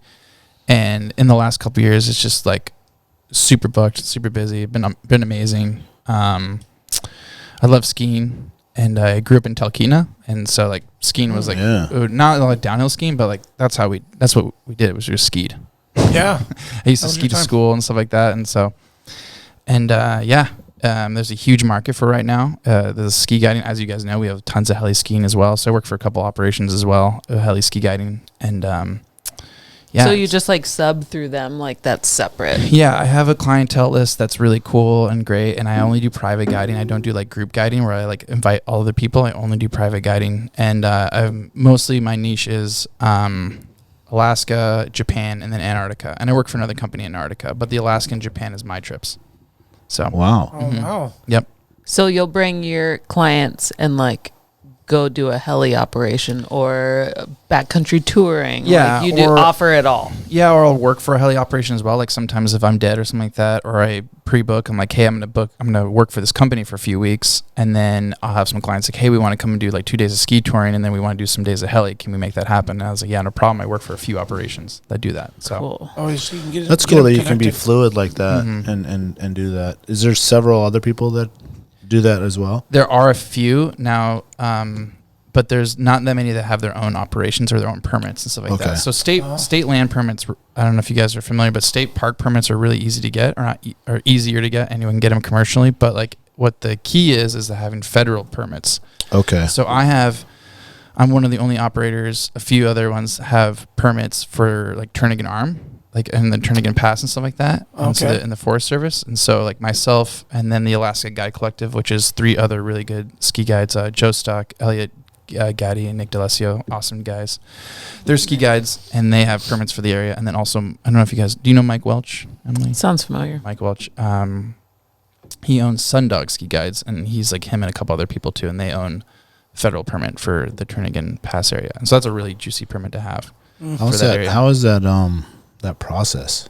It's just a lot of paperwork. Yeah. It's not that hard. Like some people are like, "Oh, I can't believe it." Blah blah blah. It's like it's actually pretty easy. Just sit in front of a computer. And have Just to, a little time. yeah, you just have to like, and then like ski touring is like we're not like it's a very low impact. Federal land use gets like knee jerky when they start hearing like airplanes and like gas and things like that. You're Snow like, we're machines. walking. Yeah, we're For those that aren't familiar with ski touring, can you explain what that is? Yeah, ski touring is just backcountry skiing, but human powered. So like we're skiing, but the way to get into the backcountry is we're touring. So a lot of times these bindings can let us like lift our heel up. We have skins underneath our skis and stuff like that, and it's huge now. Ever since, I mean, before COVID, but even during COVID, like people all wanted to go outside now. So everyone's really into human powered, and a lot of places we can't get into with mechanized guiding. You know, so in Turnagain Pass, like in that Forest Service, there's only certain sections that are non-motorized. Like it's divided actually, like Seattle Ridge, that side, that's all motorized, where the other side is non-motorized. And so helicopter access can access that area as well. So a lot of people are interested in human powered and stuff like that. And it's another gateway for like people that want to mountaineer and stuff like that too. Ski touring is a really good option. And so it's becoming super popular. It's cheaper. And Oh, cheaper okay. if you don't want to buy a snow machine. It's or a good if you don't- entry Yeah. point. Yeah, totally. Yeah. Yeah, And and that's it's, probably a little bit less intimidating for some people, to start that way. It's like you got your feet underneath you. You're not going up in a helicopter. You're not on Yeah. a sled that like But has you more might- power than you know what to do with. Yeah, I would assume you'd need a longer day for that. Do you stay Yeah. back there? Yeah, no, a lot of stuff I offer is like day stuff. Okay. Some of the other operations might do like ski camping where they like fly in a base camp and stay there, and then they'll do like ski touring from the day there. Oh, that But sounds cool. like you can get into a lot of the stuff here in Alaska that offers all in a day. Granted, like not many people ski tour in December, or we do, but we just not like a full day. So that's why like ski guide season, peak season starts like March, April, and May. Oh, okay. It's Yeah, spring. yeah. So like Longer days. My ski guide season doesn't start until about October, and then it goes till about May. But do you go to Japan first? Yeah, so I like do- December, January. Yeah, I'll do October, November. I'll go to Antarctica and I'll ski guide a trip there, and then I do. I'm December. Tell I'm usually, me more about that. Yeah. How do you even get there? Whoa. Like, Yeah. Like straight Anchorage to Seattle to. Oh, Antarctica? the flight to Antarctica. Okay, this is a good one. So I fly from Anchorage, Seattle to usually Dallas or Atlanta, and then I go from there to Buenos Aires, and then from Buenos Aires I catch another flight to a town called Ushuaia, which is the most southern town in the world. Ushuaia. Yeah, it's in the Tierra del Fuego in Argentina on the very tip. Okay. So Either the cool. tip or bottom, how you want to look at Yeah. it. And then we take a ship and we ski guide from the boat. We take a boat across the Drake Passage, which takes 2 days to get across heli that. from the boat. No, we don't do any heli. This Oh, is all ski touring. Oh, so Yeah, oh, yeah. It's all human powered. okay. And so we get from the ship, and then we take Zodiacs to shore, and then we do like day ski. Do you have some photos of that on my this website, or On is your it Insta, on you your do? Insta? Yeah, if you go to ski guiding. Is it on your personal or? Yeah, that perfect. Scroll down there. Keep going. What does that even like do to your body, dude? So go up a little bit. So that one right there, that's like loading the Zodiac. I'm there loading all the clients in the Zodiac there. And are these clients like? Do you have a lot of repeat? Yeah, not for Antarctica. Antarctica is like a kind of a one and done trip. A lot of people. bucket list. Yeah, a lot of people are really into skiing all 7 continents now. And is this where you work for somebody else, or is this? I work for a company called ISACS Expeditions. I do bring some clients with me there, but it's a really great company. ISACS really specializes in human-powered skiing, and then they do some mechanized as well. But they also really specify on like remote guiding, like really remote places and places Doesn't like. get much more remote than that. Yeah. You got like ice climbing gear on? Yeah, so I'm wearing a harness. That's pretty common when you're skiing in the Yep, backcountry, 'cause like there's- whether you're touring or in a heli. Well, it's like, it's common for glaciated terrain. Oh, okay. So if I'm in a tournament, I wouldn't be wearing a harness because there are no glaciers out there. But Gotcha. Antarctica, it's like the whole thing is just glaciers covered in crevasses. Crevasses. So what we're doing is we're roped up when we're ski touring up, and then we'll come unroped, and then we'll ski down. Gotcha. But we're all wearing harnesses, so if we need to like do a crevasse rescue system and stuff like that. So on my harness and that, I have like an ice screw. I have a very basic kit. It's an ice screw, a couple other little tools, and then some cordelette and stuff like that to create a system if I need to pull someone out of the crevasse, or if I need to come out of the crevasse if I go in. Gotcha. So So when you go back yearly, are you going to the same area, same spot, or does like the terrain change? The terrain's always changing, which is crazy because depending on the snow year and then the melt and stuff like that. So, but we do go to the same areas. We have designated landing zones that we've kind of created, and we go back every year, and it's about 20 ski guides, and we have about 100 clients. And I think last year we had 17 different countries represented. Wow. It's a big ship. It's pretty fun. Cool. Do you guys go in first as guides, check it out? Yeah, so we do something Ski called a little recon. bit. Okay. And so, 6 a.m. we wake up, and then we'll have recon goes out at 6:30, and it's usually like out of a hat. Like our boss will be like, "All right, Elias, and then 2 other guys, you're going recon," and we have designated landing zones. We call it LZ A, B, and C. Maybe we'll do D. We'll go to these LZs. We'll carve the steps into the snow because there's a shelf from the water to get onto the ice. Under the Gotcha. snow. Oh, yeah. So we'll carve in the shelf and stuff like that, and then we'll like get ready. We'll have the Zodiacs and everything like that. We'll come back, and then we'll launch with our clients. And each guide has 4 clients with them. Wow. And yeah, there's about 20 guides usually. So everybody each morning picks off where they want to go. So like, hey, me and my crew, we're gonna go to A. Hey, me and my crew are gonna go to C. And then everybody comes back to the boat for lunch because we can't eat on the continent.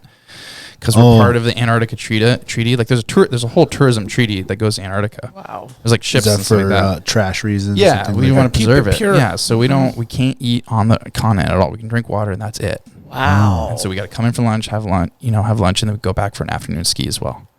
What's the separation as far as space or mileage between A, B, C? It just depends. Sometimes it's like across this little bay or something like that. Okay. We move the ship every night to a new zone, and then Gotcha. we'll ski that zone, and then we'll move and something like that. Sometimes we move the ship halfway through the day because the ice is coming in. We're like, oh shit, the ice is coming in. We got to move because we can't get locked in. Oh, Gotcha. yeah. Because we got all the sea ice and stuff like What do that. you compare the ship to like in Alaska? Like, Yeah, what- it's funny you say this because a lot of people are like, oh, what's the ship like? How long is it? Because people ask you like, hey, how long your ships are? I have no idea.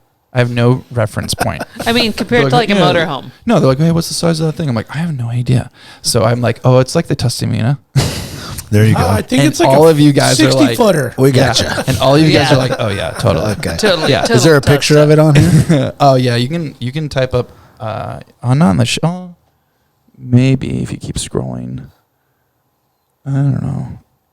Do you see some dead You goats do there? have Yeah, some there you go. animals There's one on goat there. there. Yeah, that one's. We'll talk about that one. Why I posted that specific one. Yeah, There's It's gotta another be one down special. there too. Yeah. Oh, there. Oh, and Oh, yeah. a lady goater. Oh yeah. That was an awesome hunt. Look at that snow. So that's a great photo. That's like kind of like what it's like when we're going up to go skiing, and so we're like kind of roped up. What are the we're spaced temperatures? out. It's like spring skiing in Alaska. Awesome. So 'Cause you're when we're skiing there- corn. Yeah, when we're there, except this last winter or this last fall, we skied like powder every day. It was just like biggest snowstorm ever. Interesting. So same time of year, but you're skiing powder instead of corn. Like Well, you yeah, did it just before. like varies. And then so when we're there, it's Antarctica spring because the hemisphere switched, right? Yeah. So Yeah. so it's pretty weird. You're like down there, and then you're like focusing on different aspects because everything's flipped down Yep. there, which is pretty interesting. And so, yeah, the ship is Such a awesome. beautiful It's- photo. It's so funny when people are like, "What's the ship like?" I'm like, "Oh, it's like the Oh, Kennecott." no, It's I like the can actually- Kennecott, and people are like, "I have no idea what the Kennecott is." I'm like, "Oh man." What's the ship called again? It's called the Ocean Adventure, and we're just switching to a new ship. But this one was awesome. So we subcontract another company called Quark Expeditions, and they're a Canadian company that specializes in Arctic exploration and tourism. But we're the only group that books them out to go skiing. So they're Is that it psyched there? when we show up. Yep, that's the one. Jeez Louise. How many people are on that thing? Well, there's 100 clients, Oh, 20 ski guides, and then there's a whole Zodiac staff. Like, they're awesome. They're like Holy naturalists. shit. There are probably another Yeah, 20 of them. That's a 100-foot boat. And then there's a whole like hospitality staff, and there's a whole like, oh yeah, we're eating 5-star meals. It's Okay, awesome. so Yeah. it's very much like the Sena, but on. it's the Sena on a boat. Okay. Yeah. Now I There get you- what you're now you got saying. it. That's Yeah. a big boat. It's actually a really good picture. It shows like how you're getting onto the little Zodiacs. Shows there you This is go. how I do Good it. job. Nice. There you The go. Zodiac over That's there. That's how it's That done. thing's awesome. So you were guys see a lot of cool wildlife. The Zodiac part is the coolest part. Like, who cares about the skiing in Antarctica? The Zodiac part and the wildlife is Fool. out of control. Oh, I bet the wildlife. Do you see Good polar bears? content, though. No, there's no polar bears in Antarctica. They're in the Damn north. it. Come on, Oh, penguins. Wrong. Penguins. Hang up your card. Yeah, that's it. That's I'm it. gonna turn your mic off. Tons of penguins. Enjoy that cider and go home. everyone. And the coolest thing about penguins is like you'll get on land and they don't have land predators there. Oh, so they're not afraid. No, they get up there and they're looking like, "What are you?" And they'll walk right up to you. And we have like a treaty, like a rule, like we can't walk to them, but if they walk to us, like it's okay. So penguins will approach you all the time, and they have no land predators at all. They have tons of water predators, like seals and orcas and stuff like that. So they're Oh, just yeah. staring at you like, "Dude, what are you?" And, Yeah. they can't. You're They're just on not the ice they're and just not not swimming. They're not afraid of you. And Is there a then- scent? Yeah, they smell like shit. They smell fishy. Dude, there's just piles of penguin shit, and they shit in a pile though, which is kind of cool. Like they all They like, go and Oh, shit. they and all come go back? in one? yeah, they're all like, "Hey, we're gonna shit here," but then they track it with them. But there'll just be these pounds like red fish shit. Wow, that's cool that they're like, hey, we don't want to walk around in our own. No, they scat. do, they They're- do. They're gonna like keep it. But there's like contained area. there's like a lot of piles, and It's a there'll be these landfill. like mounds and stuff like that. And they might be like, I'm not quite sure, but they might be like breeding there or something like that. There'll be these like penguin colonies. Mm-hmm. They'll just be covered in red shit everywhere on the snow. And you do not want to like skin or like walk through penguin shit because you'll never get that shit off. It's awful, dude. Can you imagine like me and my girlfriend were talking about the other day, like what's the worst type of smell out there? And it's anything with the ocean. Like dead stuff in the Yeah. ocean is the worst smell. Like, has anyone smelled a beached well or seen a beached well? Yes. bro. Oh, Dude, yeah. Ooh. right? Oh, my Everyone God. remembers it. Everyone Yeah. remembers it. Yeah. It's a smell you'll never forget. It's 'cause Yeah. it's the worst thing you've ever smelled. And my Don't join the fire service. you're like, There's really? worse smells. Okay. yeah, you're like, I got you beat. All right, all right. But That's yes, fair. I feel you. And my father, who was a hunting guide, he was like, Elias, if you ever get into hunting guiding, don't you ever shoot a bear that's been eating a whale. Don't you do it. Oh, Pass on it. Pass on it. that's gonna smell. I'm like, Dad, even if it's like a 9-footer or 10-footer, he's like, pass. Yeah, Because like it's gonna always. smell Yeah. Yeah, like Doesn't never the whole come off time of you're you. cleaning that. Yeah, thing you're, up. you're fleshing that thing out. You're packing that hide out. He said, Even probably. bro, you I wonder throw if you can away even your get it gear, out when you probably. send it out to get tanned. Probably still sticks. In I there. would imagine. I'm sure. Oh, they get it. They do a out. pretty they do a pretty good job. I've seen the homie Christian's tanning process, and I get it now. Like how they flush it and they get the smell out and how it works and the oil and Yeah. like I've given him 2 almost fully lost turned bears, and he saved them. No hair slip. They Really? don't smell like shit. Tanned like perfect, like they were taken care of perfectly in the field. People ask me like, what is like? Didn't one of- realize how yeah. important tanning is. Yeah, one of my Yeah. biggest fears in guiding, the hunting guiding, we're jumping jobs here, but one of my biggest fears is like having an animal slip. So it's like, and it hasn't happened to me, but it would be such a bummer Ugh. Yeah. because the client like is paying for that, and like so that's like, I'm so focused on that part. Like fleshing and salting, and like you exactly. preserve I'm it. so on top of it. So you know how to like, flesh some shit out.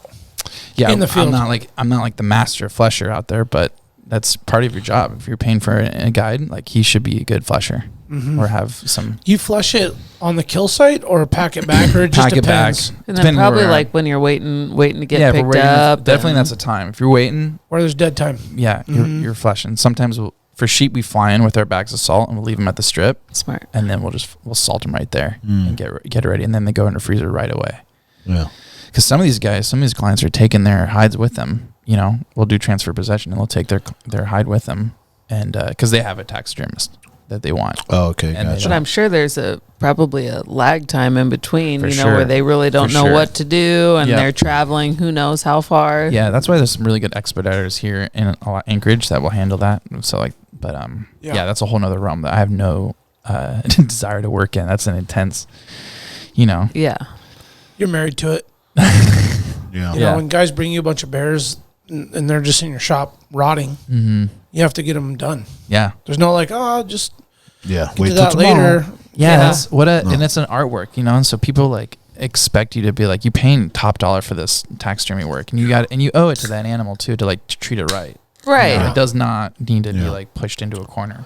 Can we backtrack a Yeah, little sorry. bit and get into how you even got into that extreme guiding, ski guiding? Yeah, so I always wanted to like get in. Well, okay, actually, from the very beginning, I didn't want to be a guide. My father was a hunting guide and a pilot. It was his passion, and we grow up and we don't want to be anything like our parents. Yeah. Totally.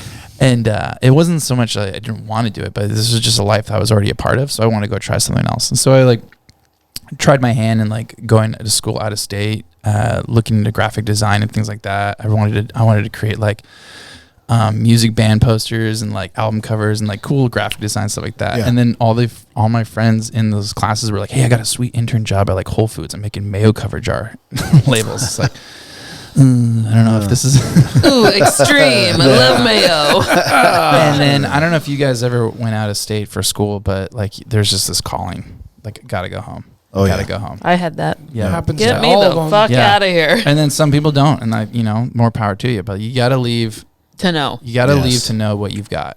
And it was in my blood to come home and get into guiding. And so started doing raft guiding, stuff like that. And I wanted to get into mountain guiding, ski guiding. And my buddy was like, "Well, let me see your mountain climbing resume." I was like, "I don't have one." He's like, "Okay, well, we got to work on that." And then he's like, "Let me see your skiing." And then he was like, "Oh, you got to get way better at skiing to even do any of that stuff." I was like, And "Okay." funny because you grew up skiing in Talkeetna, so you're like, the fuck, bro? Yeah, better Like, at Nordic skiing, but not like alpine downhill skiing, stuff like that. You So I didn't could do any ski. alpine growing up? Nah, man, it's flat in Talkeetna. You've been there. Yeah, but like, just- When you say let me see you skiing, like you went and watched it? Yeah, we just like So we were let me like check you out, Yeah, bro. we're just like Size you know, up. He's like, "Dude, you're not." Send me a video. And so me and my friend. so this was after college, and so you're like 21. I'm like 19 or 20. I didn't even make it to the 21 mark Yeah. in college. I was like, "All right, I'm out of here." outta here. I was like, "Mom, I feel like I'm wasting money." She's like, "Well, then get out of there.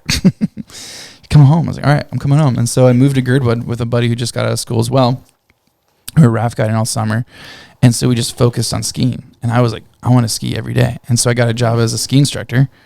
And I'm working all day ski instructing, coaching. And when you don't know how to ski, you can still be a ski instructor because like even 3-year-olds need to learn how to ski. And that's just like pushing them up and down the magic carpet. Yeah. Yeah. And so I'm working at Elias, and I worked there for about 4 or 5 seasons, 5 seasons. And I skied every day.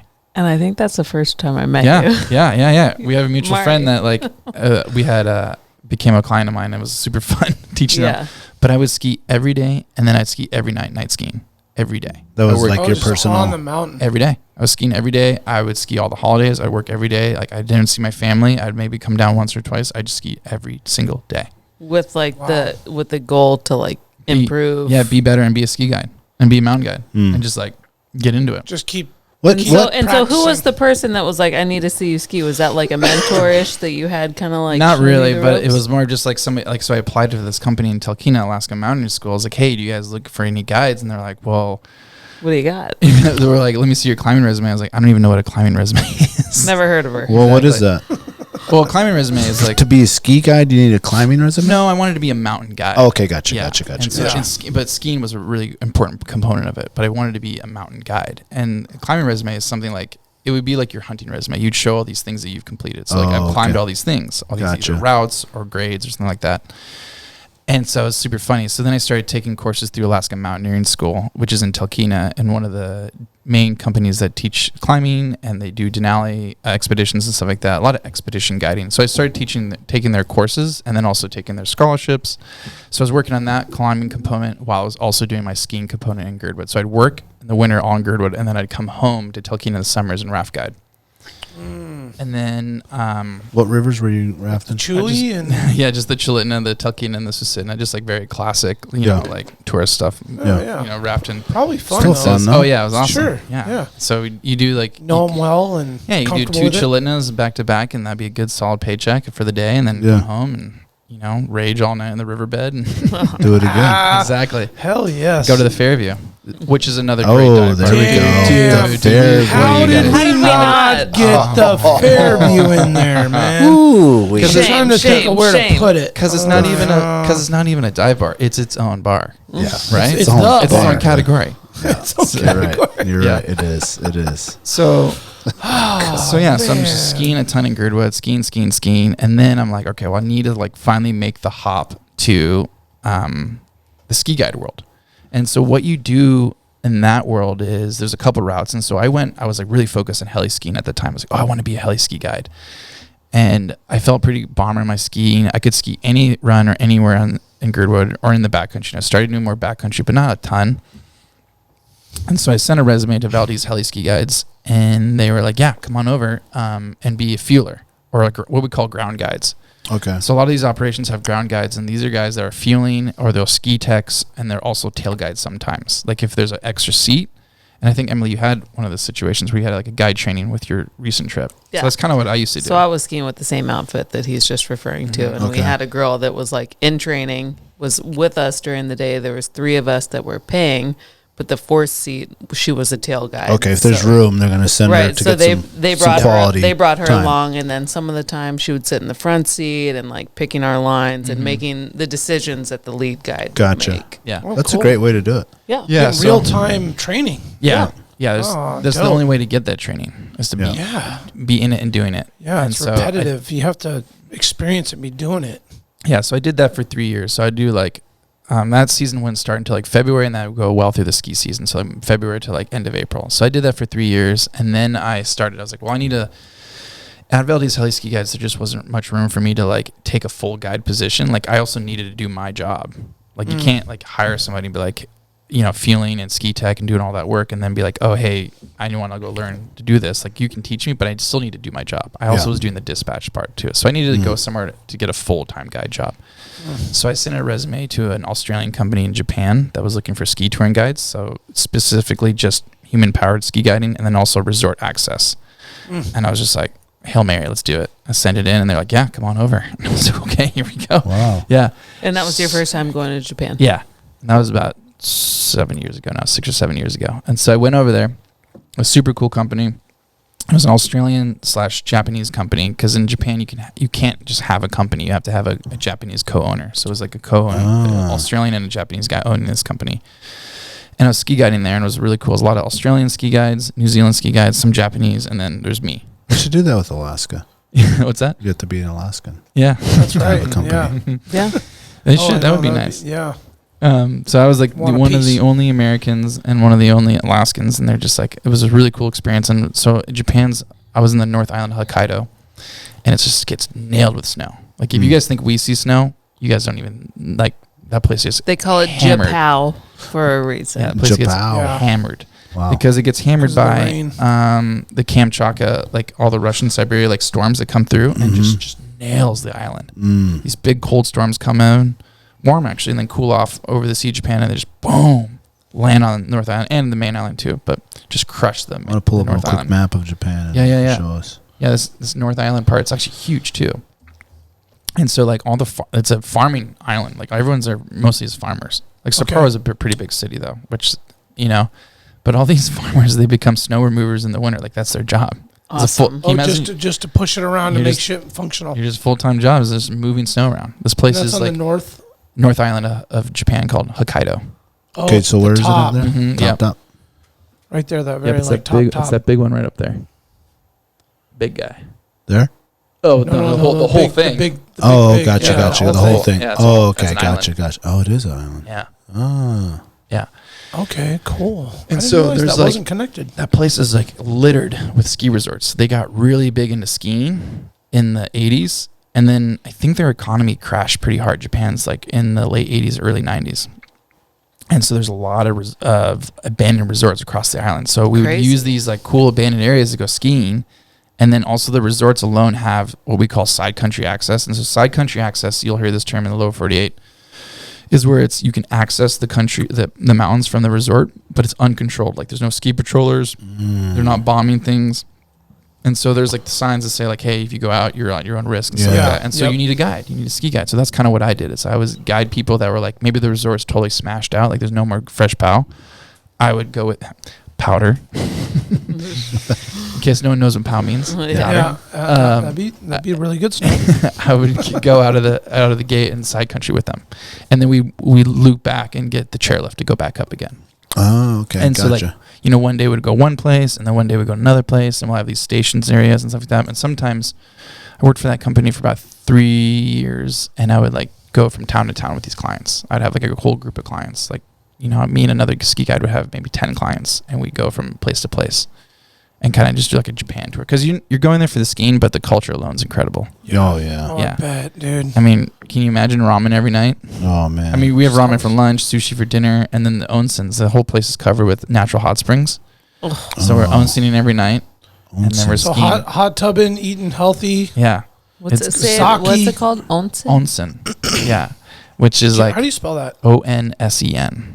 And there's these beautiful onsens, and some are natural and some are not. They're like Onsen Springs. They're bath houses, actually. Oh, okay. And the bummer is they separate gender, so. Lame. Oh, no. So Emily, if you What's up? Onsen. I know if we go to Onsen, we What's can't up, hang bro? out. There's a wall, and you're on one side with the ladies, and there's Elias, I know. I'm like, you what's onsen up? You onsen over there? Yeah. We're He's onsen over there over just here. Yeah, you can't. It's a whole thing. It's a whole cultural experience, and so there's no genders are divided, and then there's no bathing suits. Like if you walk in with your shorts on, they're gonna yell at you. You're naked. Yeah, it's the real deal. Yeah. And it's like, don't you bring in that dirty clothing in here? Get your dirty Yeah. American Don't you- shorts out of here. Yeah. Just soaked and tied. Mm-hmm. Oh, So get that but out of here. the stuff in the water and the minerals and stuff like that, and just soaking. The next day, you're like, you've been You crushing. feel revitalized. Yeah, you've been skiing all day, and you're like, I'm smoked. And then you're like, next, you're like, let's do it again. Revitalized. Exactly. Yeah. What a Onsen. dope story, dude. Yeah, so Onsen. I've been doing that. So now, this will be my 7th winter going over there. And so then I kind of started bringing my own clients and just running my own thing. And it's been great. I've only been doing private. I've only been doing kind of like very small groups. I've got a family I'm skiing with in January. And then I have 2 other groups of clients that I know really well. And I've skied with them a bunch. And then my girlfriend's coming over for a week. And so I spend always the month of January over there. And then I'll come home because February, like ski season starts to get really good around here because the sun starts coming back and the snow's getting really good. So What changes about the ski season over there?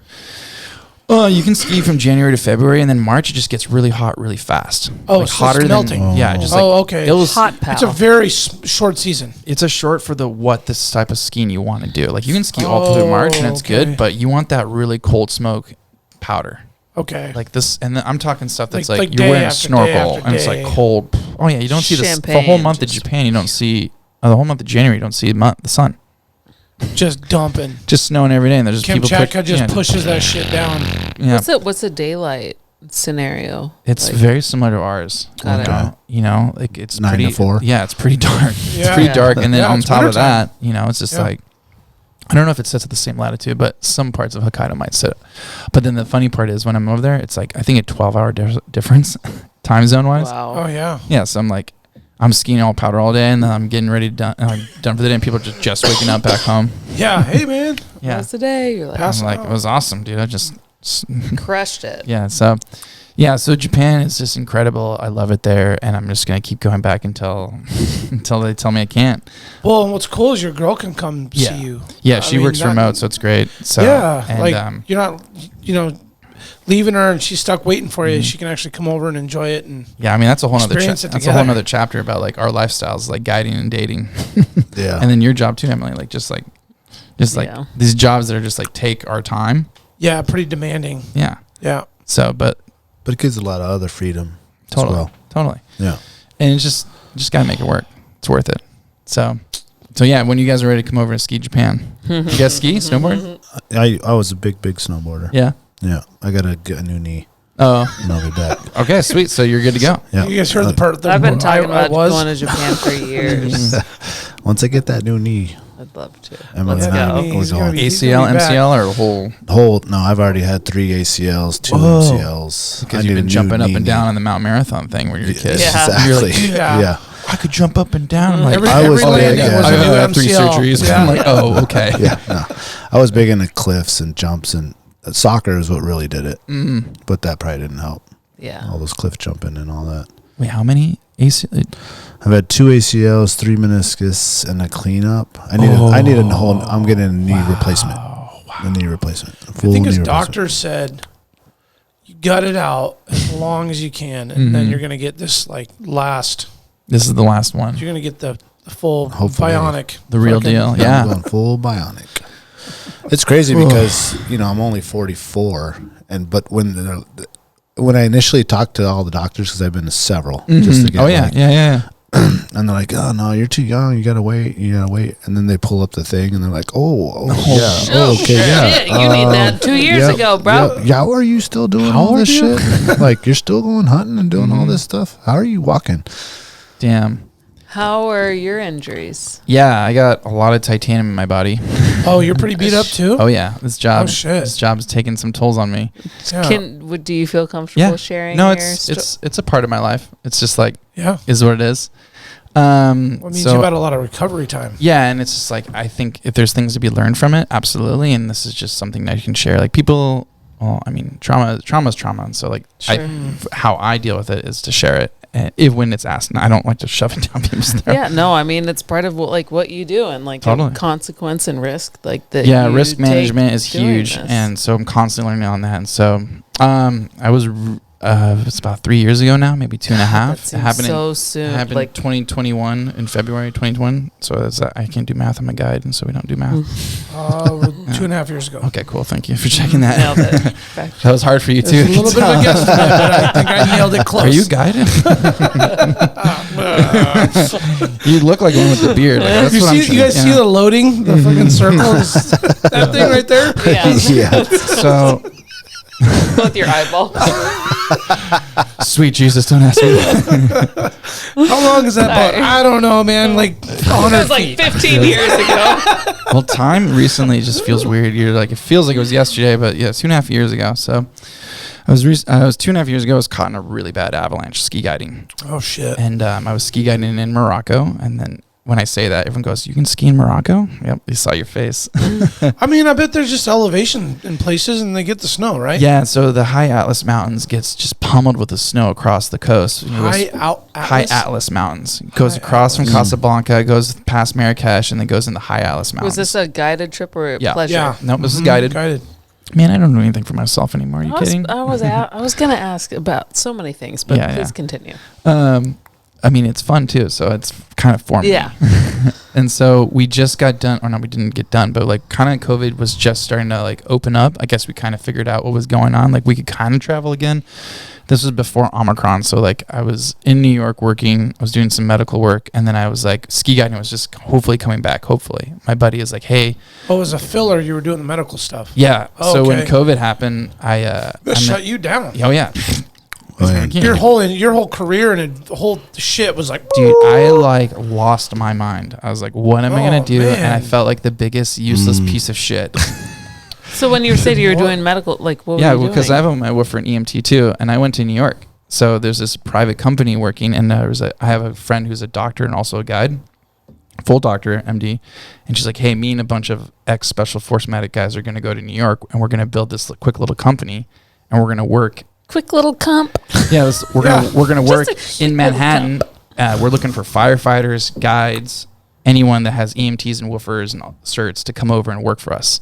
I was like, say what a woofer Well, is. yeah, just what's a people woofer? know. a so woofer is people a know. wilderness first responder, and it's a certification that's Okay. more geared for outdoor rec. woofer? Yeah, What it's. is that abbreviated I would say a to? watered down. Wilderness first responder. It's a watered down Wilderness version of first. EMT 1 and like a BLS, which WFR. BLS is like basic life support. So Emily has an You EMT 2. double F I'm a are 3 you? now. You're 3. Oh. Well, congratulations. Thank you. Trace. You're Late WFR 3. Damn. No, I'm an EMT 3. So can you? So what does it make you in WFR? 3? Not intubating. We just can give more meds and do other things, but But still you can under IV the and supervision. stuff like that. You go right mouth to mouth. Straight up, Straight up. everyone, even if they don't need it. I feel like you really wanted to say that.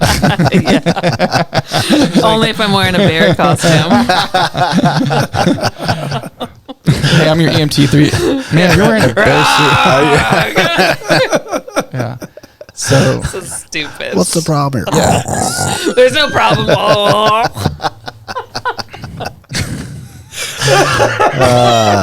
We go off the rails sometimes. Yeah, I don't even know what I do. I'd be that's like, good. whatever there would just kill me. Whatever you say. File me. I don't. Well, hold on. What were you guys specializing in doing over Yeah. there? So check this out. So that you get all these like They're Billy woofing. badasses over there woofing it up. Yeah, so 2020 happens, and then 21 happens. So 2020, I just like ski and goof off and climb and just like don't do anything. I'm just like, wow, I guess I'm useless. I can't do anything. You big goof. I'm definitely feeling sorry for myself, and everyone else is like dying, and like the world's.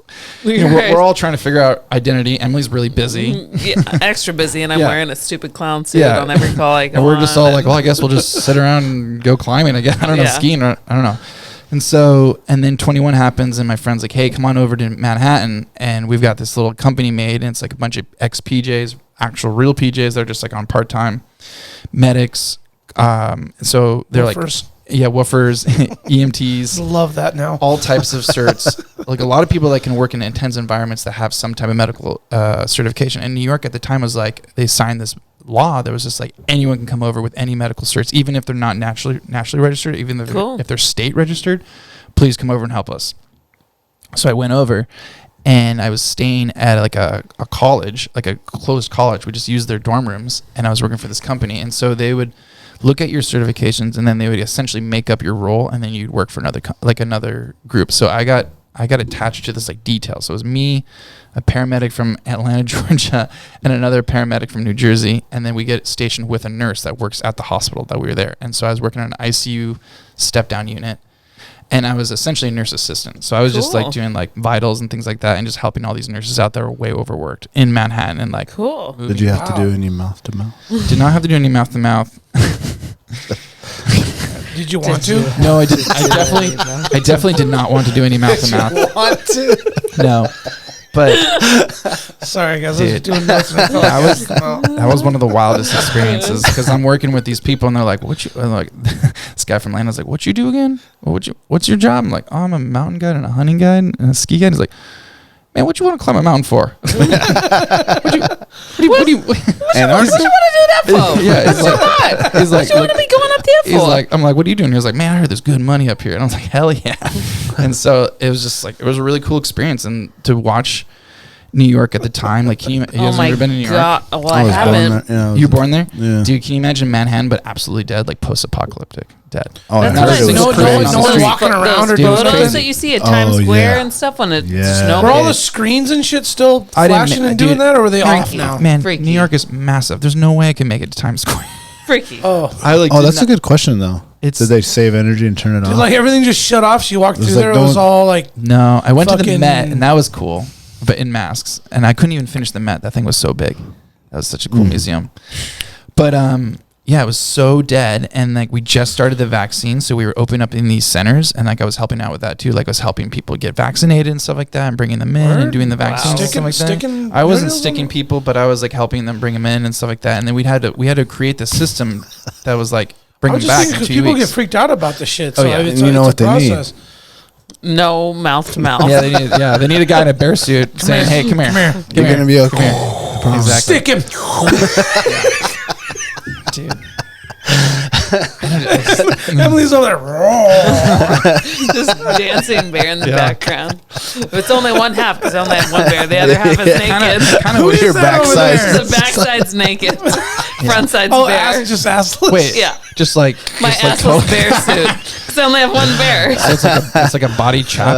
It's a bear chap. Bear trap. Bear chaps. Chaps. Assless bear chaps. Okay, there we go. Damn, I don't know about that one. All right, sorry, Elias. No, Sorry, Elias. Sorry. Sorry for my friends. No, I love it. I went from woofers in Manhattan to assless bear chaps. Got it. Write that down. This podcast is interesting. No, have you guys? I know you have, but have you guys ever worked a 12-hour shift before and anything like that? I work on them every day. Every day. What do you do? Hot dogs. Oh, hot dogs. Yeah. I'm on the clock right now. Yeah. I mean, I feel like maybe just life in general right now is probably a 12-hour day. Oh, for sure. Working, and I guess if you get up at 5:36 and they don't go to bed until 11:30, does that qualify? Yeah, totally. You know, I mean, but working a job, a thing, a task, like a job, where it was like I was working in a hospital for 12 hours. Like I was like, but it was easy because they wanted people like that. They wanted firefighters. I trimmed marijuana for 15 hours once. Does that qualify? Sitting trimming. I would your hand. That's hard. That's I'm pretty sure I almost cut my carpal tunnel, fingertips off. bro. I was like, I used to do. They used to have the like a marathon or like a run at a Cuddy Park that was like 24 hours. Ew. And I used to sell hot dogs. And I don't remember. It was like for a good cause. You didn't run it. No, I was selling hot dogs. I was selling hot dogs. people that gave up, they're like, And I'd be out there like all night, just like That's hard work, bro. waiting for someone to get a hot dog at like 6 a.m., 3 a.m. Like the That's people are running. That's what I want after a fucking marathon of running. Like It's like and what type of hot dog? Like a reindeer dog? Yeah, dude, with the cheese and the onions and the grilled- apricots. Hell yeah. let me get some chili on that. Yeah. And then run another 5K real quick. Yeah, man. I'm like running with them. Like, yeah, take a bite. It's like a biathlon or like a baton. A baton. Yeah. Catch my wiener. Like, you know how those guys that are like running the thing and they're squirting water in their face as they run? You were just like squirting ketchup on their dog and you're running by. You want mustard on it? Like, get them on the next loop. What condiments do you need? All right, Elias. No, I'm telling you, man, we're hard. That's hard work. So I was like, so I was working 12-hour shifts and the night shift doing 6 days a week. And it was awesome. Like I had the blast. I thought you were going to say this is in New York? No, it was awesome for me because I only did like 5 weeks of work. Yeah. These nurses have been doing like the whole pandemic. Yeah. Oh, And yeah. they For a year and a half type shit. Yeah, and they're just like, but I was awesome. And it was super cool to see that city was resilient as hell. That city bolted down and they got it done. And those nurses worked their asses off. They were coming from all over the world and it was so cool. So I was working with medics, firefighters, a lot of smoke jumpers. Cool. Wow. So when I said Alaska, they're like, oh yeah, I've been to Alaska. I was like, oh yeah, where? I was like, oh, somewhere in the Arctic, or up in the north. Yeah, Like they that. don't know. the fire. Yeah. Yeah. So it was a really cool experience. And so, but then my buddy one of my bosses from, ISACS calls me. He's like, hey, Morocco's open. And we know you have a client. Do you want to come over and do this quick trip? We have to get an invite from Morocco at this time. Like Morocco has to send us an invite. And we have a company there or a guy we work with that does logistics. And he's like, so we set it all up. We make it happen. We're going, it's been a year now, a year and some change since COVID happened, from the start of it. So we're just like Jones and like, I'm like, yeah, dude, I want to get back into guiding. Let's do it. So Manhattan happened. It was awesome. Get home, fly to Morocco, meet up with the other ski guide. And it's me, the ski guide, and so 2 ski guides. And then there's like, I think we had a total of 4 or 5 clients with us. And so travel at that time was just like hectic. You had to have the 72-hour thing, you had the vaccines, all that stuff. And then for Morocco, you had to have like an invite and all these other things like that. So it was paperwork on paperwork on paperwork. And so I go from Anchorage to Chicago O'Hare to Paris. And then from Paris, I go to Marrakesh. I like to fly a lot. That's a lot. That must take That's a lot. like 6 days. Nah, you can do it in like 2. Oh, okay. But- There weren't those long of waits. No. Okay. No, but yeah. So we get there. I just thought you'd have to get like those COVID like. Oh no, but you have to Quarantine. do everything in Quarantines. 72 hours. That's the thing. Is you gotta get this thing and get that done. Oh, okay. Versus you hanging and Yeah. waiting. Okay. But the travel was so chaotic and messy. So like we get to Paris and we meet 3 of the clients there, and then 2 are already in Marrakesh, and we meet up 3 in Paris. Like, oh hey, cool, we'll meet you guys there. Awesome, stuff like that. So there's 5 clients total. They flew a different route. They flew like Chicago to Amsterdam, then Amsterdam to Paris, and then Morocco was closed to Amsterdam because Amsterdam never closed during COVID. Or like they did, but like Oh, now. so they were blackballed. Oh, because all these countries were doing all these weird Yeah, rules. their So own Morocco's things. like, anyone from Amsterdam can't come to Morocco. Oh no! And so these 3 clients that flew through Amsterdam, Had to fly out somewhere else. they were just like, you cannot come on this plane. So they had to like, I'm like, well, we got 2 clients there. We got to get to Morocco. You guys figure this out. Keep calling me. We'll figure this out.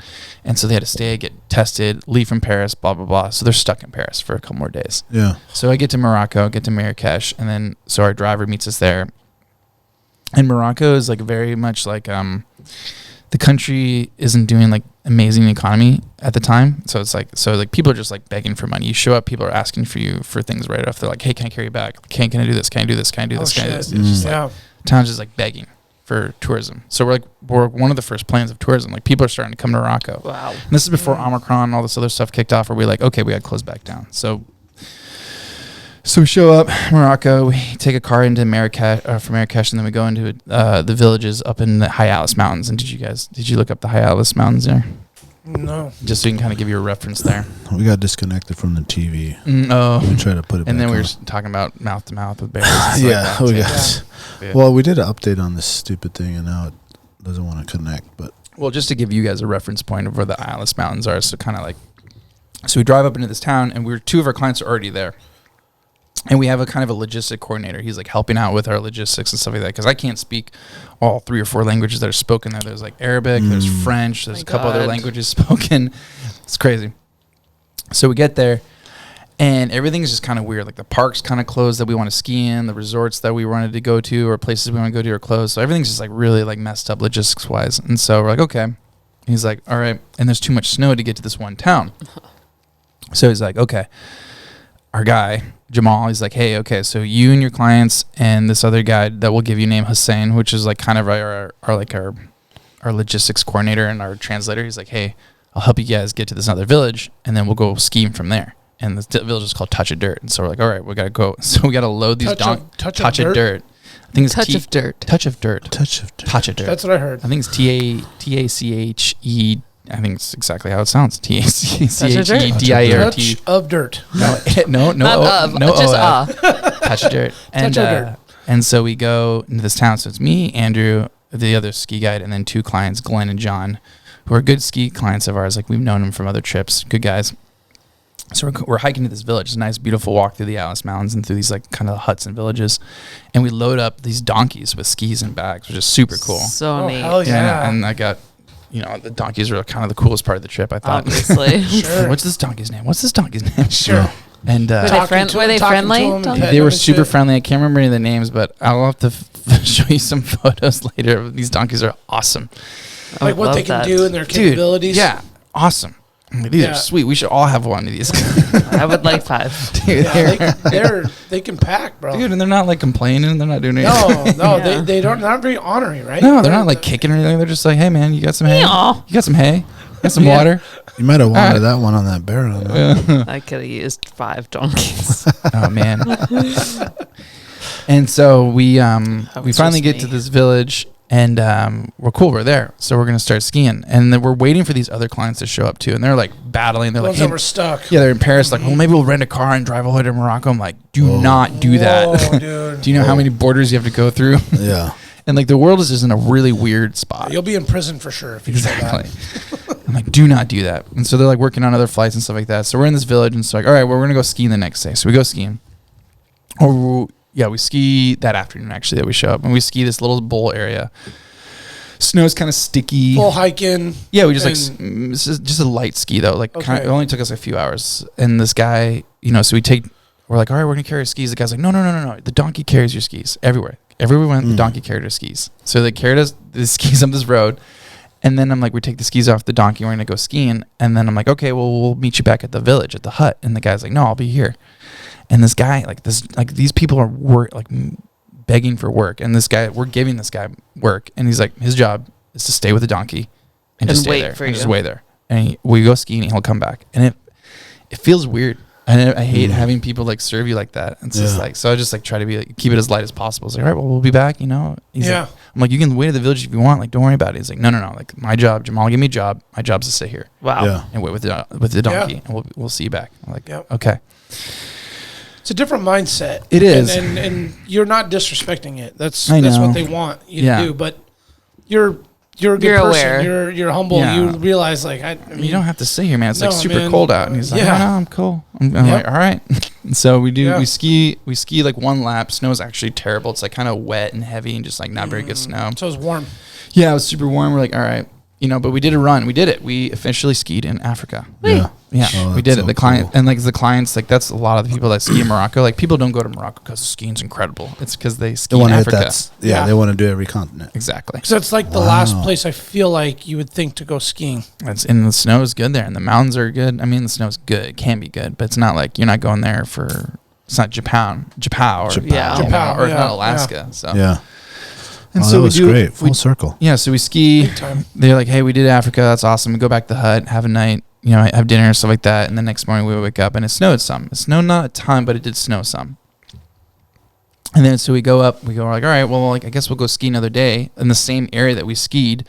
Low clouds, couldn't quite see above me. Everything was going on, but we saw maybe like 6 inches snowed. And I was like, all right, well, Andrew, the other co-guide, was like, hey, let's go ski another, do another lap in the same area because we just know the area and we can't really see anywhere else. And we're waiting for these clients to show up. They're like maybe 2 or 3 more days out. So we can't move to other villages or go skiing elsewhere because we want these other clients to show up. Yeah. And so like, okay, well, so we'll go do another lap here in this area. So it's same thing, guy grabs the donkey, brings the donkey to the skis, something like that. I'm like, hey, you don't have to stay here. He's like, I got to stay here. And I'm like, okay. Yeah. Whole thing, the whole spiel. We established that. Yeah, stay here with the donkey. I really wish I Not remember going the back to the donkeys. village. I know. I'm like, all right, cool. Tonight at like 2 a.m. you'd be like, oh, Jajija. Yeah, I'm gonna call you guys. I don't even have your numbers. I'm gonna get you numbers. Like, dude, I remember the name. I'm like, dude, what? And so we're kind of spread out. So it's Glenn and Andrew, who are is the guide and client, and then John's with me. And so we're kind of spread out. And then Andrew also has another. He's not a ski guy, but he was like our logistics coordinator. His name is Hussein, and he was like trying to like.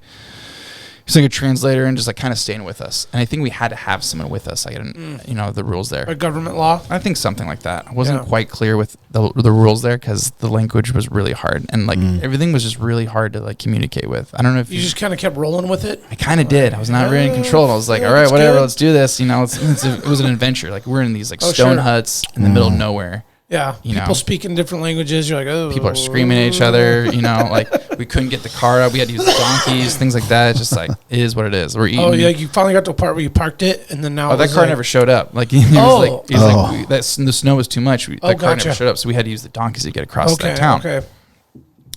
And so, we're these guys are probably like maybe like 300 yards above me, ski touring, setting the track up, and we've already skied in this area, and I'm skiing up with John. And I hear it's like kind of foggy and kind of just the visibility is not very good. And I just hear Andrew scream avalanche. He's just like avalanche, just screaming, screaming avalanche. And I look up and I see this giant wall of snow coming down. This huge wall of snow coming, just coming right at me. And I look back at John. I'm like, John, go left. And I'm just coaching John to keep moving left. And we're kind of ski touring. There's like this rock wall. And I'm like, go around this thing, go, move. And then I just get hit. You didn't make it to the wall. No, I was focused too much on John and trying to tell him which direction to go that I got smoked. Was he right below you? Yeah, he was probably like 20 yards. Like he made it to the wall though? So I just get smoked by this thing and it feels like I'm in like a washing machine and just like loud, dark, loud. Avy pack? No Avy pack. So in that type of skiing, we don't usually use avalanche packs because we're just kind of trying to stay lighter and stuff like that. And we just didn't traveling with Avy bags is challenging and stuff like that. And it's a whole spiel on that one. But sure. Kind of part of that expedition skiing risk. Yeah, risk management for sure. Yeah. Like in heli skiing, like we're using Avy packs absolutely because we're in such. You're an avalanche terrain. We're in avalanche terrain constantly.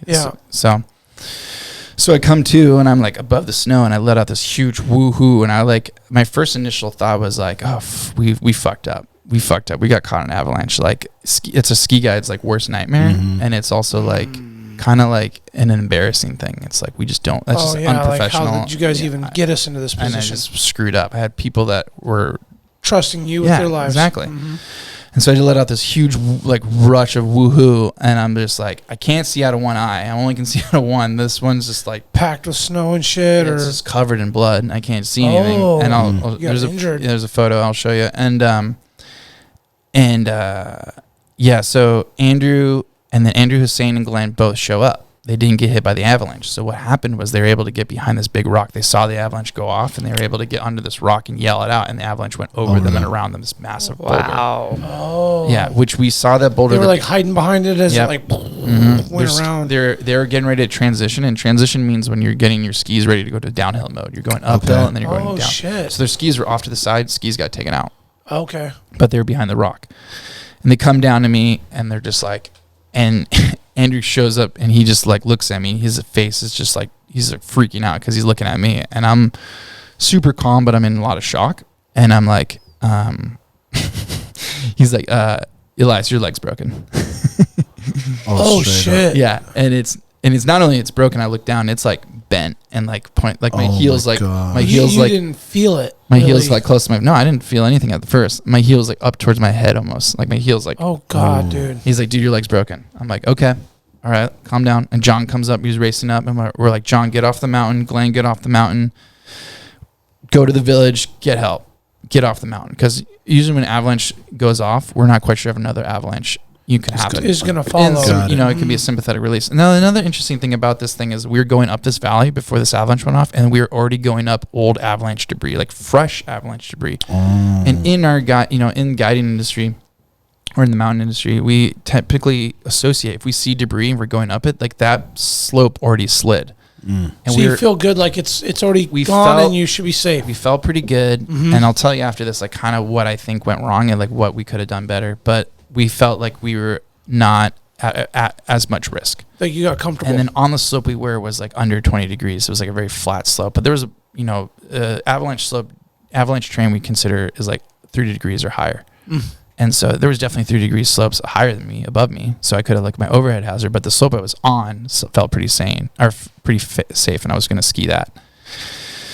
So anyways, Andrew's like, yeah, dude, your leg's broken. I'm like, okay, John, Glenn, go get help. Hussein there. And so we each carry emergency sleds in our backpacks, emergency deployable sleds.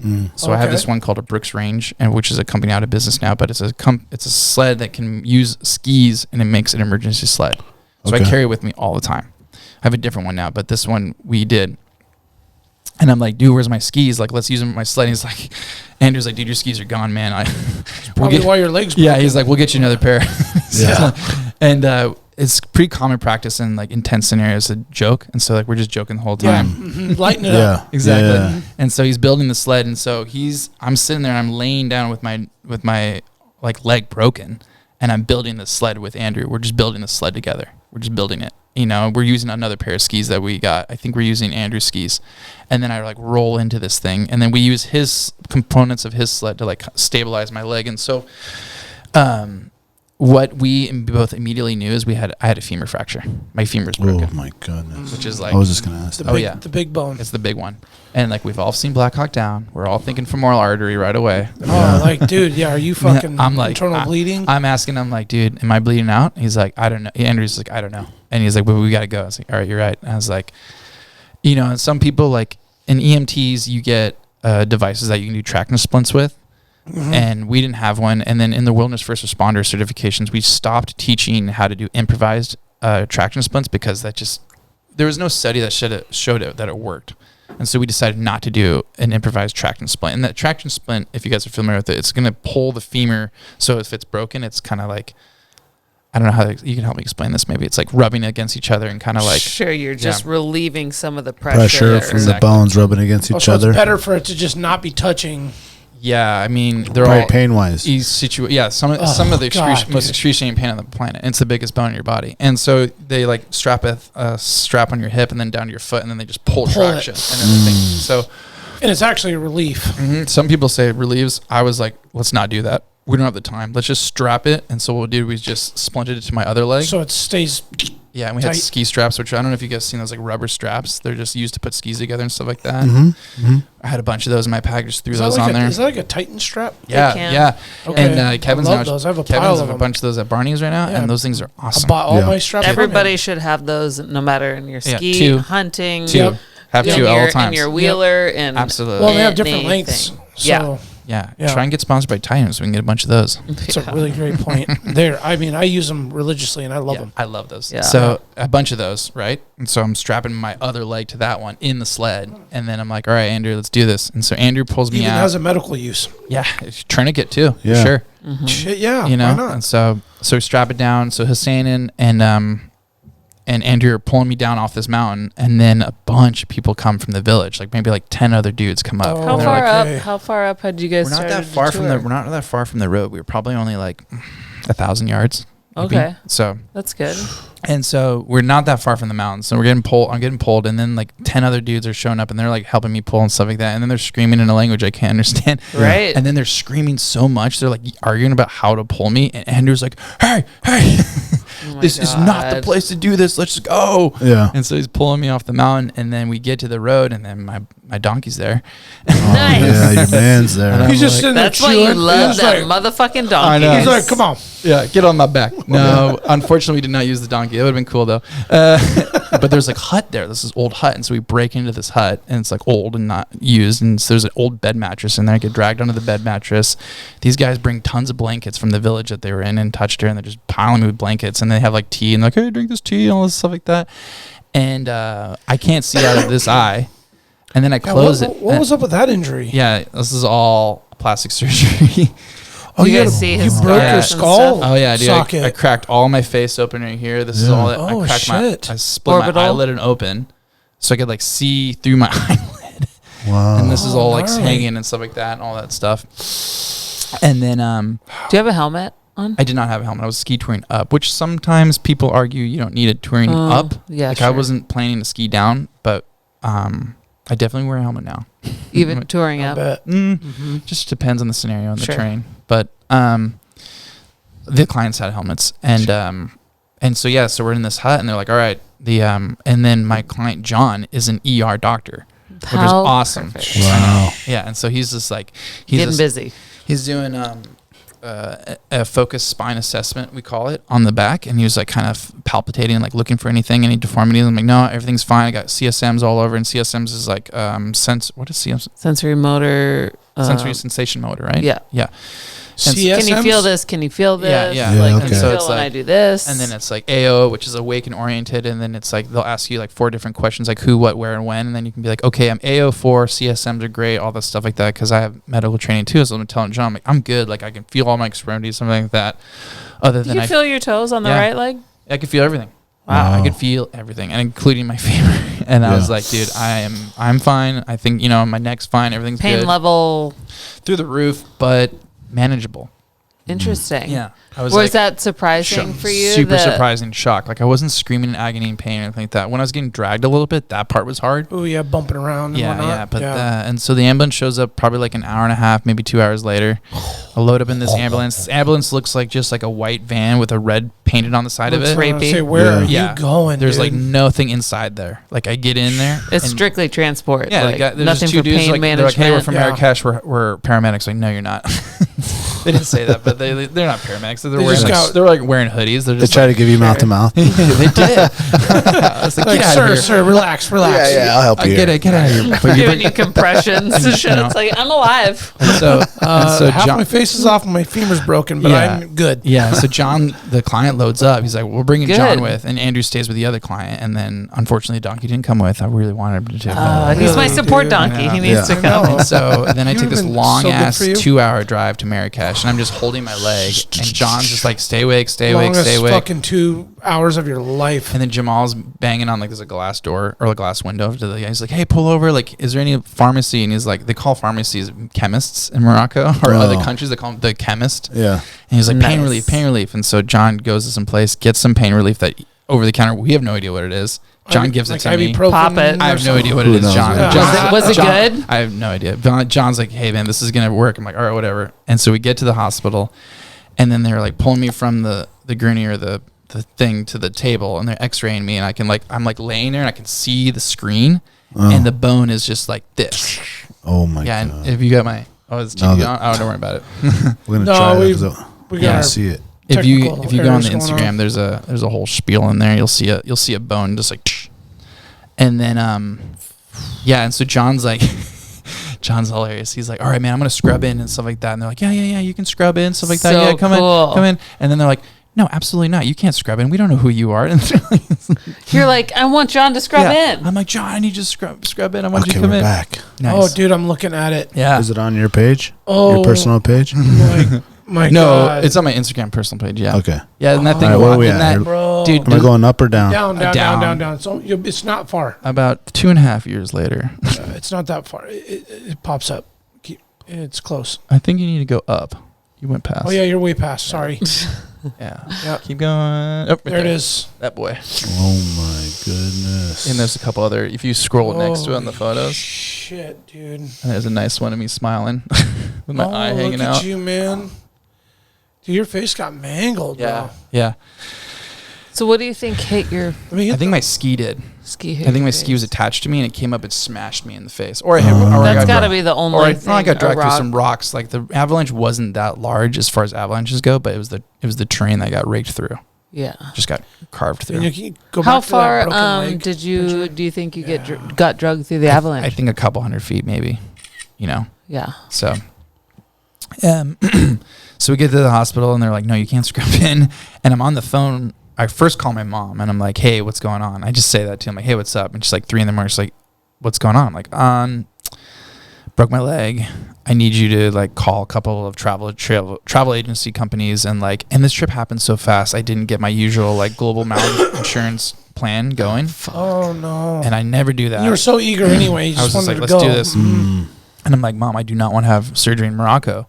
Like, I have no idea what's going on here. And she's like, okay, I'll make some calls. And then we're talking to the accsess, the company I'm working for. And I'm like, we're all trying to get me home, or trying to get me on a jet and get me into another country to have surgery rather than Morocco. Yeah. And Anywhere in France. Yeah, and Germany. John and the surgeon and the surgeon's there and the doctor and the John's like, dude, this is happening now. Like, you're getting a surgery in Morocco. Wow.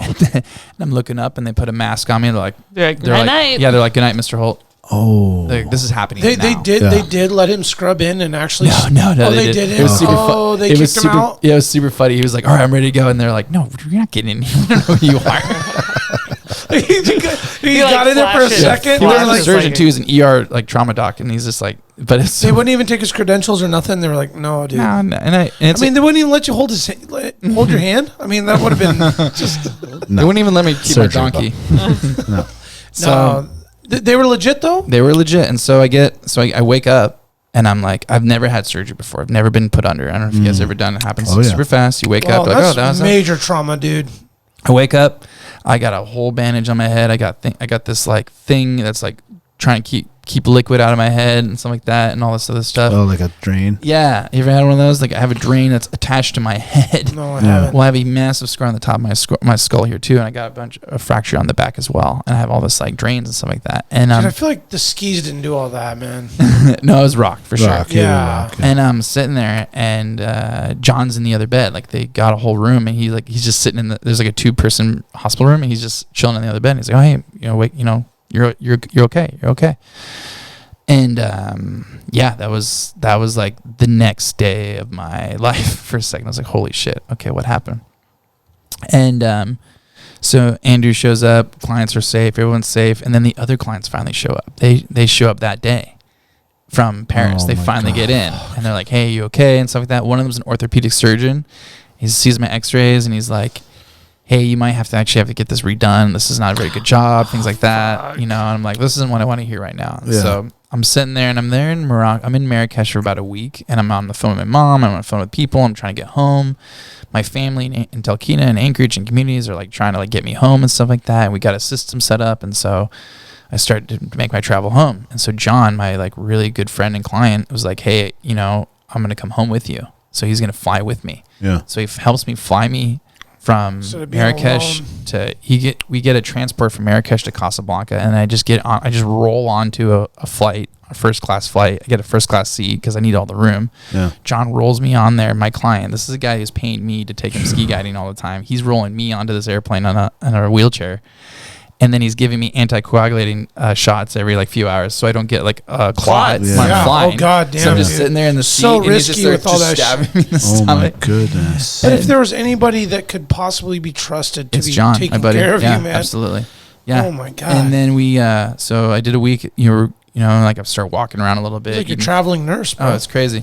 And so we get to JFK, and my mom flies all the way from Anchorage or from Alaska to JFK and meets me there. And then John, continues on his way. He was, can't remember where he was living at the time, but he meets me there, and I'm just like, John, thank you so much. Like, you saved my life. You got me all the way back to New York. You're blood brothers now, man. Yeah. I mean, that's like the definition of trauma bonding. What is it?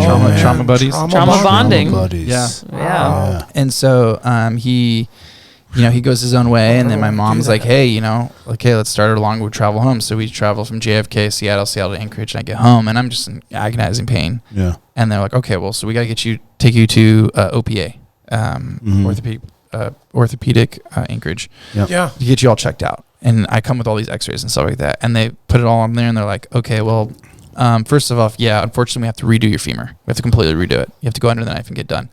And then second, break it and all that. they didn't have to break it. They just pulled the bar out and put a new bar in. Okay. What was wrong with the Morocco bar? It was like super. It was like the bar was too high. It was like just not right. And I'm a 6'5" dude. It's probably hard to find a bar in Morocco that fits my femur. Yeah, they're not used to. And they did the surgery. Such an emergency situation. They did the surgery to stabilize. They weren't doing it to like. Yeah. And it was a Band-Aid. OPA is like, dude, we got to fix this because we want you to get back to doing what you do want to do and stuff like that. It's like, all right. And I mean, I didn't know I was going to be guiding again or skiing again or anything like that. I thought the job was over. Just to walk and maybe live a normal life would have been a win, right? I was like, all right, well, I guess but people break femurs all the time, it sounds like. They heal good, I hear. Bones heal really strong. It's ligaments, and which I'm sure you know from ACLs and MCLs. That's ACLs and MCLs. MCL. Yeah. Those like take longer, ligaments and things like that. But so OPA is like, okay, so your femur, we gotta redo your femur, and also your neck's broken. Oh my god! Holy shit! I flew all the way from Casablanca, and I went through multiple X-rays, multiple assessments, and flew all the way home, and with a broken neck. I had my C4, C5 broken completely. Could you feel it? No. Oh, so my symptom is like my shoulder felt like it was kind of pulling, and I had like numbness around my forearms and stuff like that. But I thought it was just like whiplash. I thought I just got rocked through a bunch of rocks. Yeah. Which you did. Avalanche, which I did. You're like, it's like the femur and my skull fractures are kind of like priority. Yeah, this thing we'll get to later. And I'm like, dude, this feels like someone's trying to pull my shoulder off. And they're like, yeah, that's symptoms of you got C4, C5 disc slip. It's like totally slipped off. Yeah, it got you all tweaked. Dude, you got fucking rallied. I got rocked. And so they're like, okay, so take you to Providence, go into Providence. They admit me, they do a bunch of scans, and then I go to regional, and I do surgeries within 2 days. I do surgeries back to back. I do a revision femur surgery, and then I do a C4, C5 infusion. So they go into the front of the neck, and they push all the important stuff to the side, and they just put a metal plate in there, and C4 and C5, and drill it. And just back to back. And then I spent probably another 2 weeks in the regional hospital, and then I was finally discharged out of there. And so now we're looking at like 3 weeks after Morocco. We're into March now. Yeah. And so then I just sit home, and I'm just like, okay, now what? And so OPA has this awesome PT that I got linked up. I had hit up some friends that were also PTs, and it's like, hey, you got a good PT that like works with like athletes? I was like, yeah, I got the guy for you. And so it hooks me up.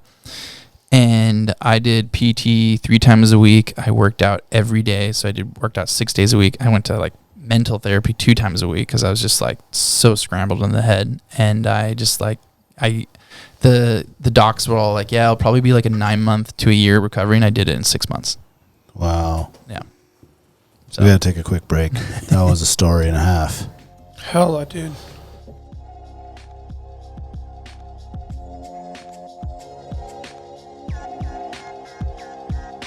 Big Ray's, the Alaskan outfitter, committed to outfitting Alaskans across the state since 1947. Whether you're a recreator, parent, guide, or corporate buyer, Big Ray's has the gear you need tailored for Alaska's harsh conditions. At Big Ray's, you'll find brands like Carhartt, Grundens, Darn Tough, FXD, Okiwear, and more. Big Ray's is your one-stop shop for both outdoor gear and rugged work attire. Check out their new exclusive line of durable but affordable waders inspired by and named after the majestic Aralak River in remote western Alaska. The Aralak wader was designed by Alaskans and proven for the diverse waters of the last frontier. Visit Big Ray's at any of their 5 locations statewide, 2 in Anchorage, 2 in Fairbanks, 1 in Kodiak, or check them out online at bigrays.com. Tailored Restoration, helping Alaskans turn disasters into new beginnings since 1972. Their 24-hour services include fire, water, mold, post-emergency cleaning, and repairs. Tailored built its reputation with years of committed and reliable service to the community with innovative restoration and home remodeling.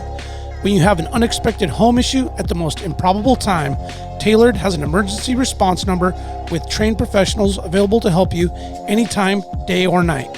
Tailored Restoration has locations to serve you in Anchorage, Eagle River, Matsu, or Fairbanks. Give them a call at 907-344-1239 or make an appointment today at tailoredrestorationalaska.com.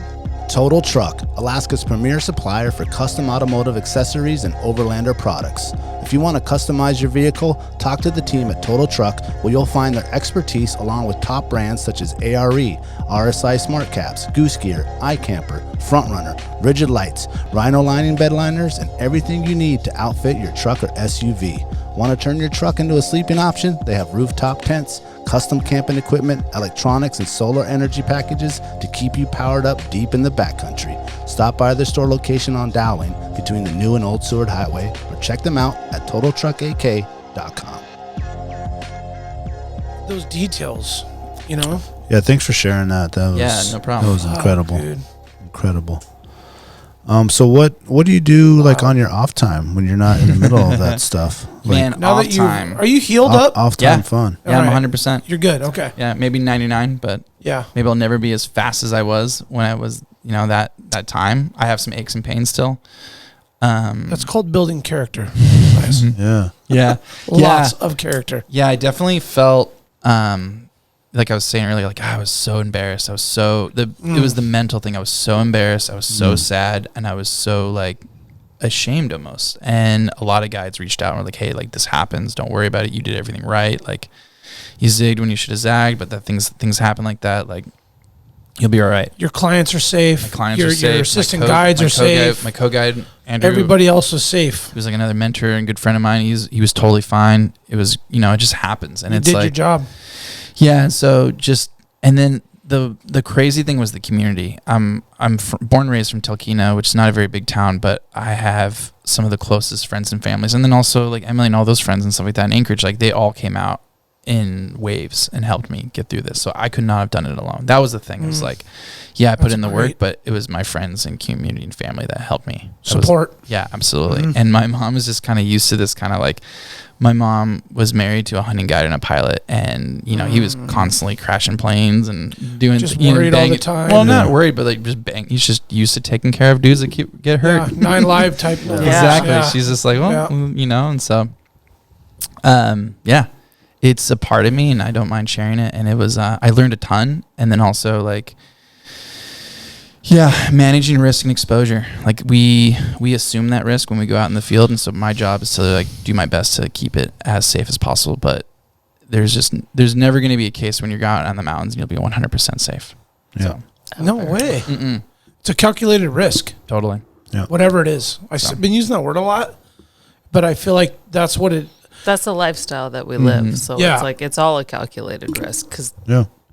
Yeah, because there's like risks in just travel and just all the other shit we do. But then when you're like planning a premeditated, hey, I'm putting myself in a situation on purpose for an outcome, skiing, to take a ram, to whatever it is, snow machining. I mean, there's like so many different things. Climbing. Mm-hmm. We just had Eric from the Rock Gym in here, and the climbing. And then as you alluded to earlier, you mess with fire enough, it'll burn you. Yeah.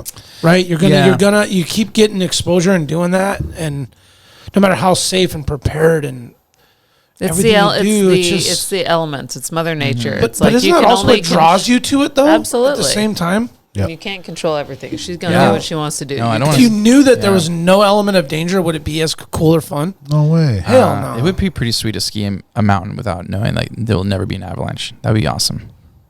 That would be cool. That's a fair statement. I will say that, but no, I That's a fair hear statement. you. I hear you. Well, speaking about the avalanches, I noticed on the website that there's some courses and stuff Yeah. like that. Can you touch on that a little bit? Yeah, so me and my friend, we started teaching avalanche courses last year. I I also worked and taught a lot of Avalanche School classes for Alaska Avalanche School and stuff like that. And then I noticed that there just wasn't enough. We have a huge demand right now. People want to take Avalanche courses. They want to get out in the mountains. They want to take an Avi course. That's great. So I went through all the Avalanche course certifications. When you're a ski guide, you need to have the highest certification, which is a pro level 2 with the American Avalanche Association.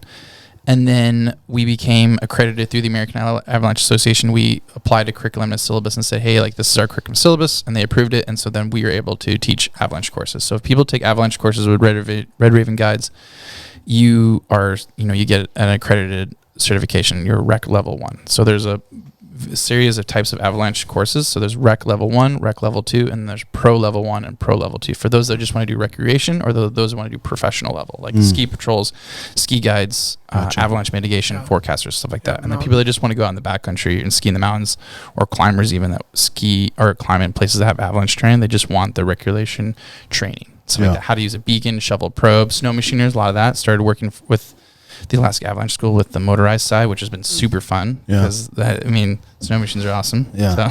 So how does that? Do you offer like certain classes a year? Or is it online? Yeah. So I offer all of December, usually the weekends, and it's just me and my friend Gary. We do the courses, and we usually do a ratio of 6-to-1, and we do like all outdoors all 3 days. So like Friday, Saturday, Sunday. And we have like a textbook and some online curriculum, but it's mostly out in the field all day. So, and that was kind of like during COVID, the Alaska Avalanche School kind of went to an outdoor setting, which has been great. So you can get way more field time, which is great. So it's like, some people do learn in a classroom setting, but a lot of people also learn in an outdoor setting. Yeah, hands-on, doing it and stuff like that. Yeah, when I did mine, it was like 1 day in the classroom and then 2 outside. Yeah. Okay. So, so anyways, throughout the whole country, not only Alaska, but throughout the lower 48, there's like huge demand. People want to go outside and they want to get avalanche training and stuff like that, which is great.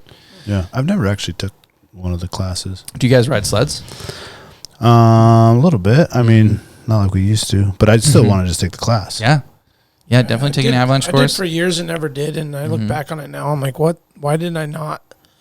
I carry a probe and a beacon and a shovel, but I don't really know. I just always thought I would just, God forbid something happened, I would just stumble my way through it, which figure is it out. Not the way you want to find your buddy buried in the snow. No.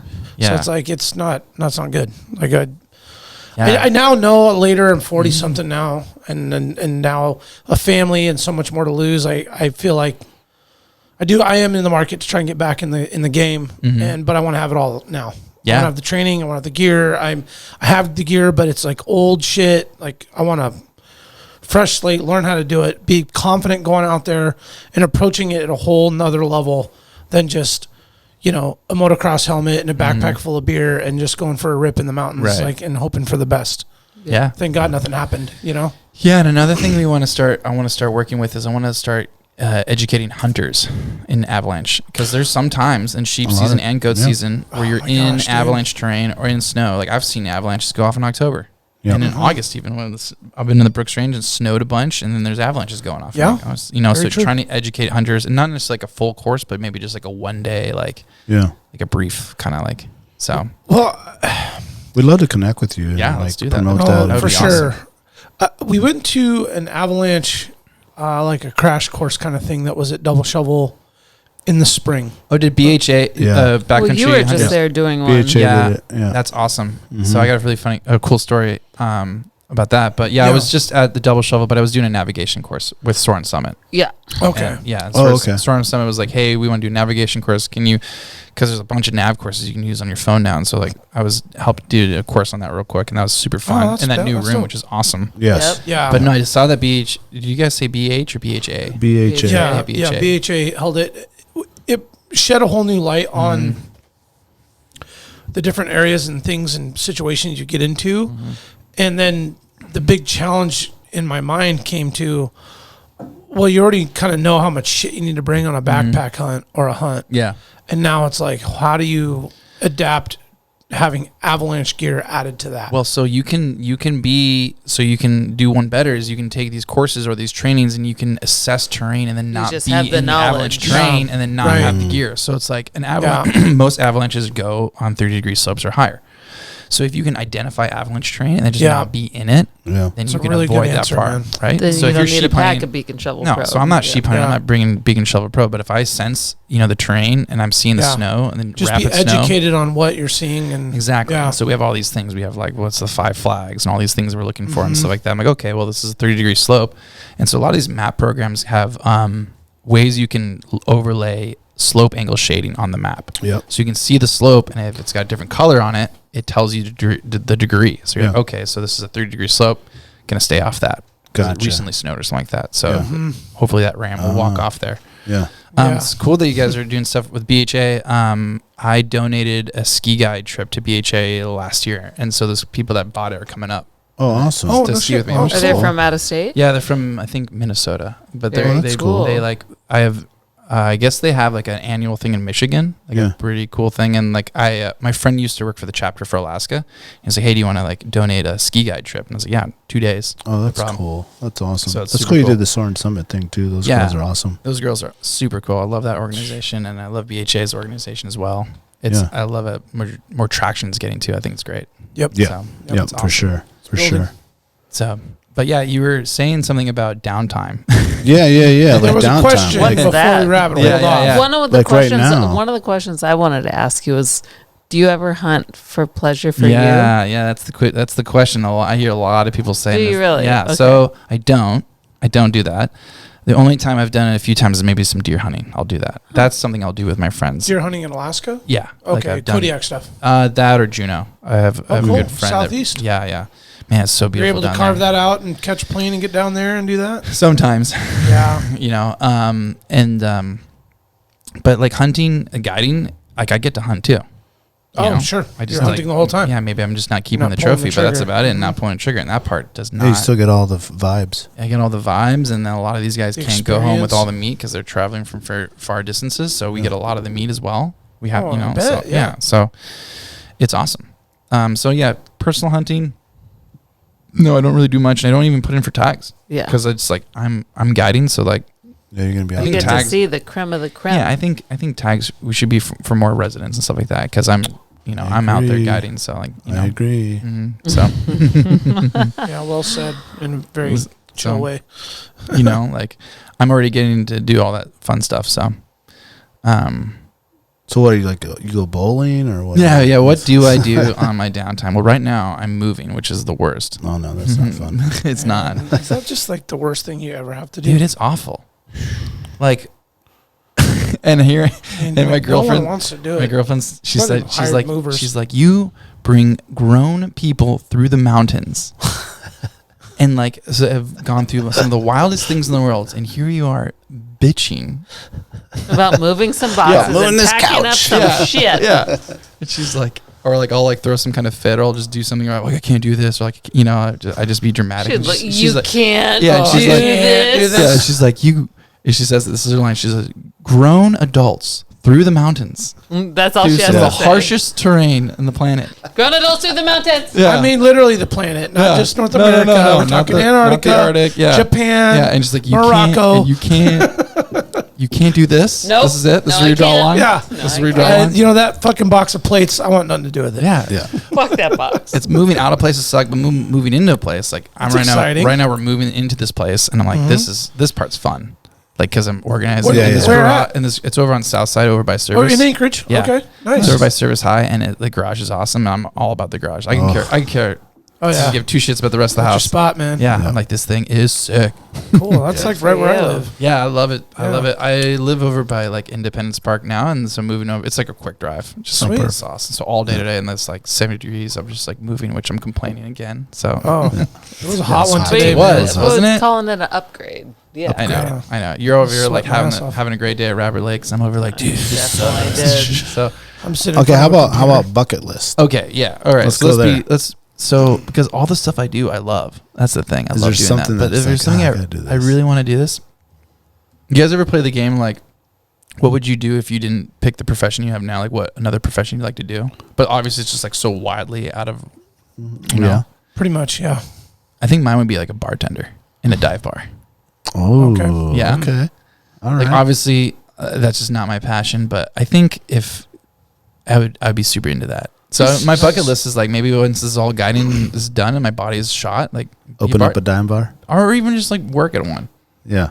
Like if I like maybe that. the Too blue much fox, responsibility. if the blue though, fox will for have them. me, I would be honored.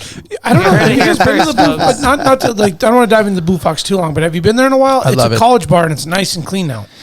It's not Yeah. divey anymore. Well, when me and my friends show up, we make it divey again. Oh, cool! You guys bring it back? we do. All right, cool. Nice.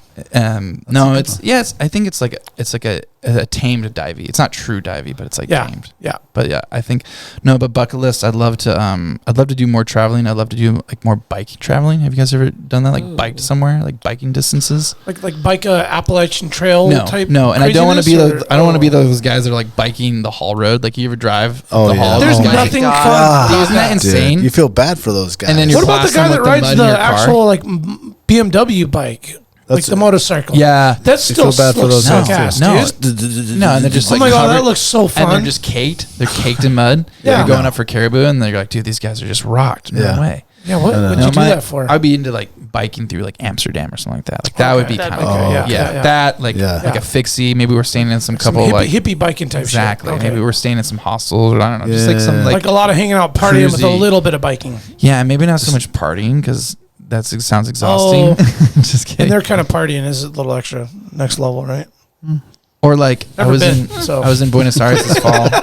Yeah, I mean, it depends on who you're talking to. yeah, like playing cards in like a cafe. That Yeah. in like a foreign country. That's something I love. Like I was playing cribbage with my girlfriend in Buenos Aires, and that was awesome. Cool. So, Mixing Really, a like, little bike in and Simple, really cool answer. Yeah, Actually, to that's that. I know. That's I mean, this when he dude's does living an everything- insane life. When he does- Colorado yeah, he stealing wants to go sheep. do the opposite. And Yeah, that's he the wants thing. to It's chill. like, that's like, Love. I'm Not what I thought you were super, gonna say. super, super fortunate, lucky to do with the things I've done and where I've gotten in life, and the people that have helped me get in there. I have nothing. I thank them so much. And so to have a bucket list of simplicity is like awesome. Yeah. To be just like, I love to play some cribbage in Italy or something like that. That sounds I awesome. like that. I like Not that. like I want to jump out of an airplane and Yeah, like climb yeah. Everest. Like no, No, I want to just chill in the Nope. lake on the cabin. I'm gonna pass on You that ever- one. You ever been in an avalanche? No. Yeah. Yeah. So Well, Elias, thanks for coming out and sharing your story and Yeah. all the stuff that you got going on. I mean, man, amazing. Red Raven Guides on Instagram. Also, Elias Zane Holt on Instagram. yep. Um, Yeah, we'll be announcing Avalanche courses in the fall. Cool. Okay. So like probably like look for those of September, October. The dates will get posted and then the registration will be on and they sell it quick. And so, Okay. but just keep an eye on that. But Okay. definitely the website and the Instagram is the best way to find that out. right I think on. it's time we get on that. And, Yeah, get some training. one thing we'd love to do is we talked about highlighting and having a pod about the organization and talking about it, but I think maybe now's the time. Like we can get that organized and arranged. Think Yeah. you can help us out with that? a Yeah, little bit? and so what we're really focused on too is like private stuff. Like if a group of friends want to take an Avi Yeah. course, like Oh, that's man. the thing, and that's what I want to offer. I was thinking like 3 or 4 dudes that ride together to come do that together so Exactly. that Yeah. everybody's on the same page. because the courses fill out quick, but then I'm totally up to, and like that's something that we're offering is we're definitely offering for like unique schedules too. Like people have unique schedules in Alaska, and so I was like, hey, I got a Yeah, group of very true, 5 man. Monday, Tuesday, Wednesday. Can you do it? Like no problem, we'll make it happen. Awesome. And we'll get you certified. We'll get you trained. Yeah. We'll get you I set think up. it'd be really cool too, that hunting aspect, Yeah. Yeah, and it doesn't have to be like a 3-day. It can just be No, kind of that like what could be BHA a did, which is like tabletop. kind of just like, hey, let's learn how to use these map programs to identify avalanche terrain so you can Yeah. stay out of harm's way Yeah. for the best of your That's ability. If anything, that just gets going to one of those events, it just gets your gears turning. Yep. You know, because quick example, and I had gone into some areas a few years ago as I've been getting really excited about spring bear hunting. And I got into some areas that I was like, oh shit, this seems really sketchy. And it was. 2 years later, I go to this thing and then they're talking about the angles and the things to look for. And I'm like, oh my God, I was in all of those. super red zone, dude. Like extra. Yeah, you're gonna And look I at knew it was not good, and I felt it when I was in there, and my instincts were pinging, and I'm like, oh man, I feel like I just did a little quick, like Saturday morning little thing, and Yeah. about could have died. No one knew I was there. Yeah, the crazy thing is like we have a lot of summer trails built in avalanche terrain, so there's no snow. That's not In an tight issue. valleys, yeah, right? Yeah. Yeah. And then we had a couple years ago. I don't know if you guys remember this. We had someone get caught in avalanche snowshoeing off just Blueberry Hill by Flat Top, Yeah. and then someone found him, and he was still able to get him out. He was still Wow. okay, but it was like in a very low, like no one would have thought of it. Yeah. And a lot of people think, well, I'm in running shoes on a mountain, can't be an avalanche. Or I'm in snowshoes. Everyone just associates avalanches just on skis. Yeah. Right. No, avalanches don't discriminate. They had a video of a guy coming down off of a trip, and he was at the road. Mm-hmm. He's looking at his vehicle on the side of the road, and a slough, and he got stuck in it. Yeah. And that qualifies. Oh, yeah. Like he was stuck in there. He couldn't get out on by himself. Yeah. His friends had to dig him out and get him out, and he could have suffocated the whole thing. Oh, yeah. I saw that on Instagram. It And I was like, holy so those shit, are called dude. tree wells. And so, I mean, but that's just the reality of Totally. it's not just safe. Like you get in there, there's danger all the way through. You're in you know? anywhere where there's snow and there's mountains. It's like there's always potential. Yeah, the way Yeah. to look at it is Like like, cold water how do training. we stock the odds in our favor? That's what you do. So it's like get the training, get the knowledge, get the information, bring a friend, things like that. Like these are stacking the odds in our favor so that we can go through the mountains and get back. That's how we do it. Or we just don't go in the mountains at all, which sounds really boring. I know, but that's the safe bet. Well, it's like the health. live, It's like, to, safe live to fight bet. another day, right? it's like health class when you're in high school. It's like, well, if you don't want to get pregnant or get an STD, like you can't have sex. You're like, well, wait a minute. That doesn't sound fun. Well, what the hell's up with that? Wait, what the Only heck? mouth to mouth. You're like, wait, what the heck? Only Oh, soaking. just only dry Yeah, humps. like the That's best way is it. out- Could that be the show Yeah. name? Yeah. You can name this. You can Obviously. name Just this mouth to episode mouth? mouth to mouth. I'll be okay with it. I had a way cooler name, but I'll table it. No, hey man, Elias, thank you. No, thanks for having me. in. Dude, your story is rad. I mean, I did some research on you, but I didn't quite put it all together. And man, your story is fucking epic. Appreciate it. Thanks, guys. Yeah, and you still have many years to go. So stay safe and enjoy yourself. And I think you got maybe 6-7 lives left. So Yeah. keep Yeah, it definitely. close and dear to your heart. Yeah, definitely. All Thank right. you. Appreciate it. If you, Thanks if you haven't seen the movie Puss in Boots, check it out. Is that relatable to my life? It's very Yeah. relatable. Yes, Yeah. it is. Yes, Yeah, it very is. much so. That's I'll funny. check it out. Thanks, guys. Anyway, man, thanks for coming, dude. All right, You did thanks, man. awesome. Thanks. Thank you, Alaska, AlaskaWildProject.com, RedRavenGuides.com, Elias Zane Holt on Instagram, and Red Raven Guides on Instagram. Emmy, thanks for coming out. Yeah. Appreciate job, you. dude. Appreciate it. Thank you, Alaska, for listening. We appreciate it. As always, Stay wild. You'll remember my speaking to you of what I call your overcautiousness. Are you not overcautious when you assume that you cannot do what the enemy is constantly doing? the Alaska Wild Project podcast is brought to you by the following sponsors. Barney's Sports Chalet, supplying hunters with the best hand-selected gear since 1963. The exclusive home of frontier gear built for the rugged Alaskan terrain. Your one-stop shop for all your outdoor needs. Visit Barney's today at 906 West Northern Lights. Big Rays, the Alaskan outfitter, committed to outfitting Alaskans across the state since 1947. Whether you're a recreator, parent, guide, or corporate buyer, Big Rays has the gear you need, tailored for Alaska's harsh conditions. Check out their new exclusive line of Auralic waders. Big Rays for all your outdoor gear and rugged work attire. BigRays.com. Tailored Restoration 24-hour emergency home services, helping Alaskans restore their dreams since 1972. Services include fire, water, mold, post-emergency cleaning, repair, and remodeling. Give them a call in Anchorage, Eagle River, Matsu, or Fairbanks. Hit them up at tailoredrestorationalaska.com. Total Truck and Alaska Overlander, Alaska's premier supplier for custom automotive accessories and overlanding products, providing all-inclusive rental vehicles and trailers custom outfitted to explore the Alaskan backcountry with a unique and convenient traveling experience. TheTreehouseAK.com, located at 341 Boniface Parkway, Alaska's own and grown cannabis and CBD store. Ask the budtender what the strain of the day is to get your 10% off. The Treehouse, where the culture lives. AKO Farms, located in Sitka, Alaska, built from the ground up with concentrates as their single motivation, with exclusive products such as their sugar wax, full spectrum diamond sauce cards, and more. Ask your local budtender about AKO. Marijuana has intoxicating effects and may be habit-forming and addictive. Marijuana impairs concentration, coordination, and judgment. Do not operate a vehicle or machinery under the influence. There are health risks associated with consumption of marijuana. For the use of only by adults 21 and older. Keep out of the reach of children, and marijuana should not be used by women who are pregnant or breastfeeding. The Bait Shack, located on Ship Creek upstream of the bridge. Can't miss the bright red shack.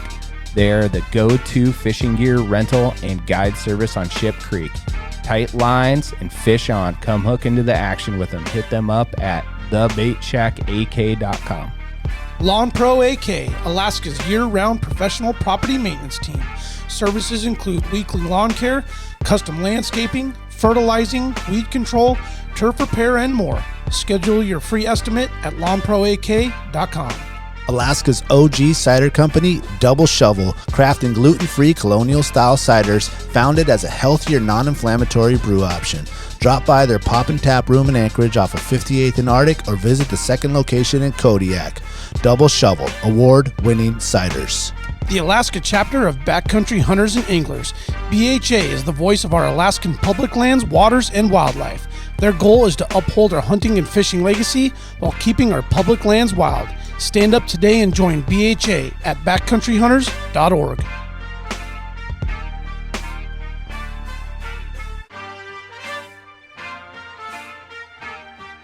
Should you not claim to be at least his equal in prowess and act upon the claim? I say try. If we never try, we shall never succeed. This proposition is a simple truth, and it's too important to be lost sight of for a moment. If we cannot beat the enemy where he now is, we never can. It is all easy if our troops march as well as the enemy, and it is unmanly to say they cannot do it.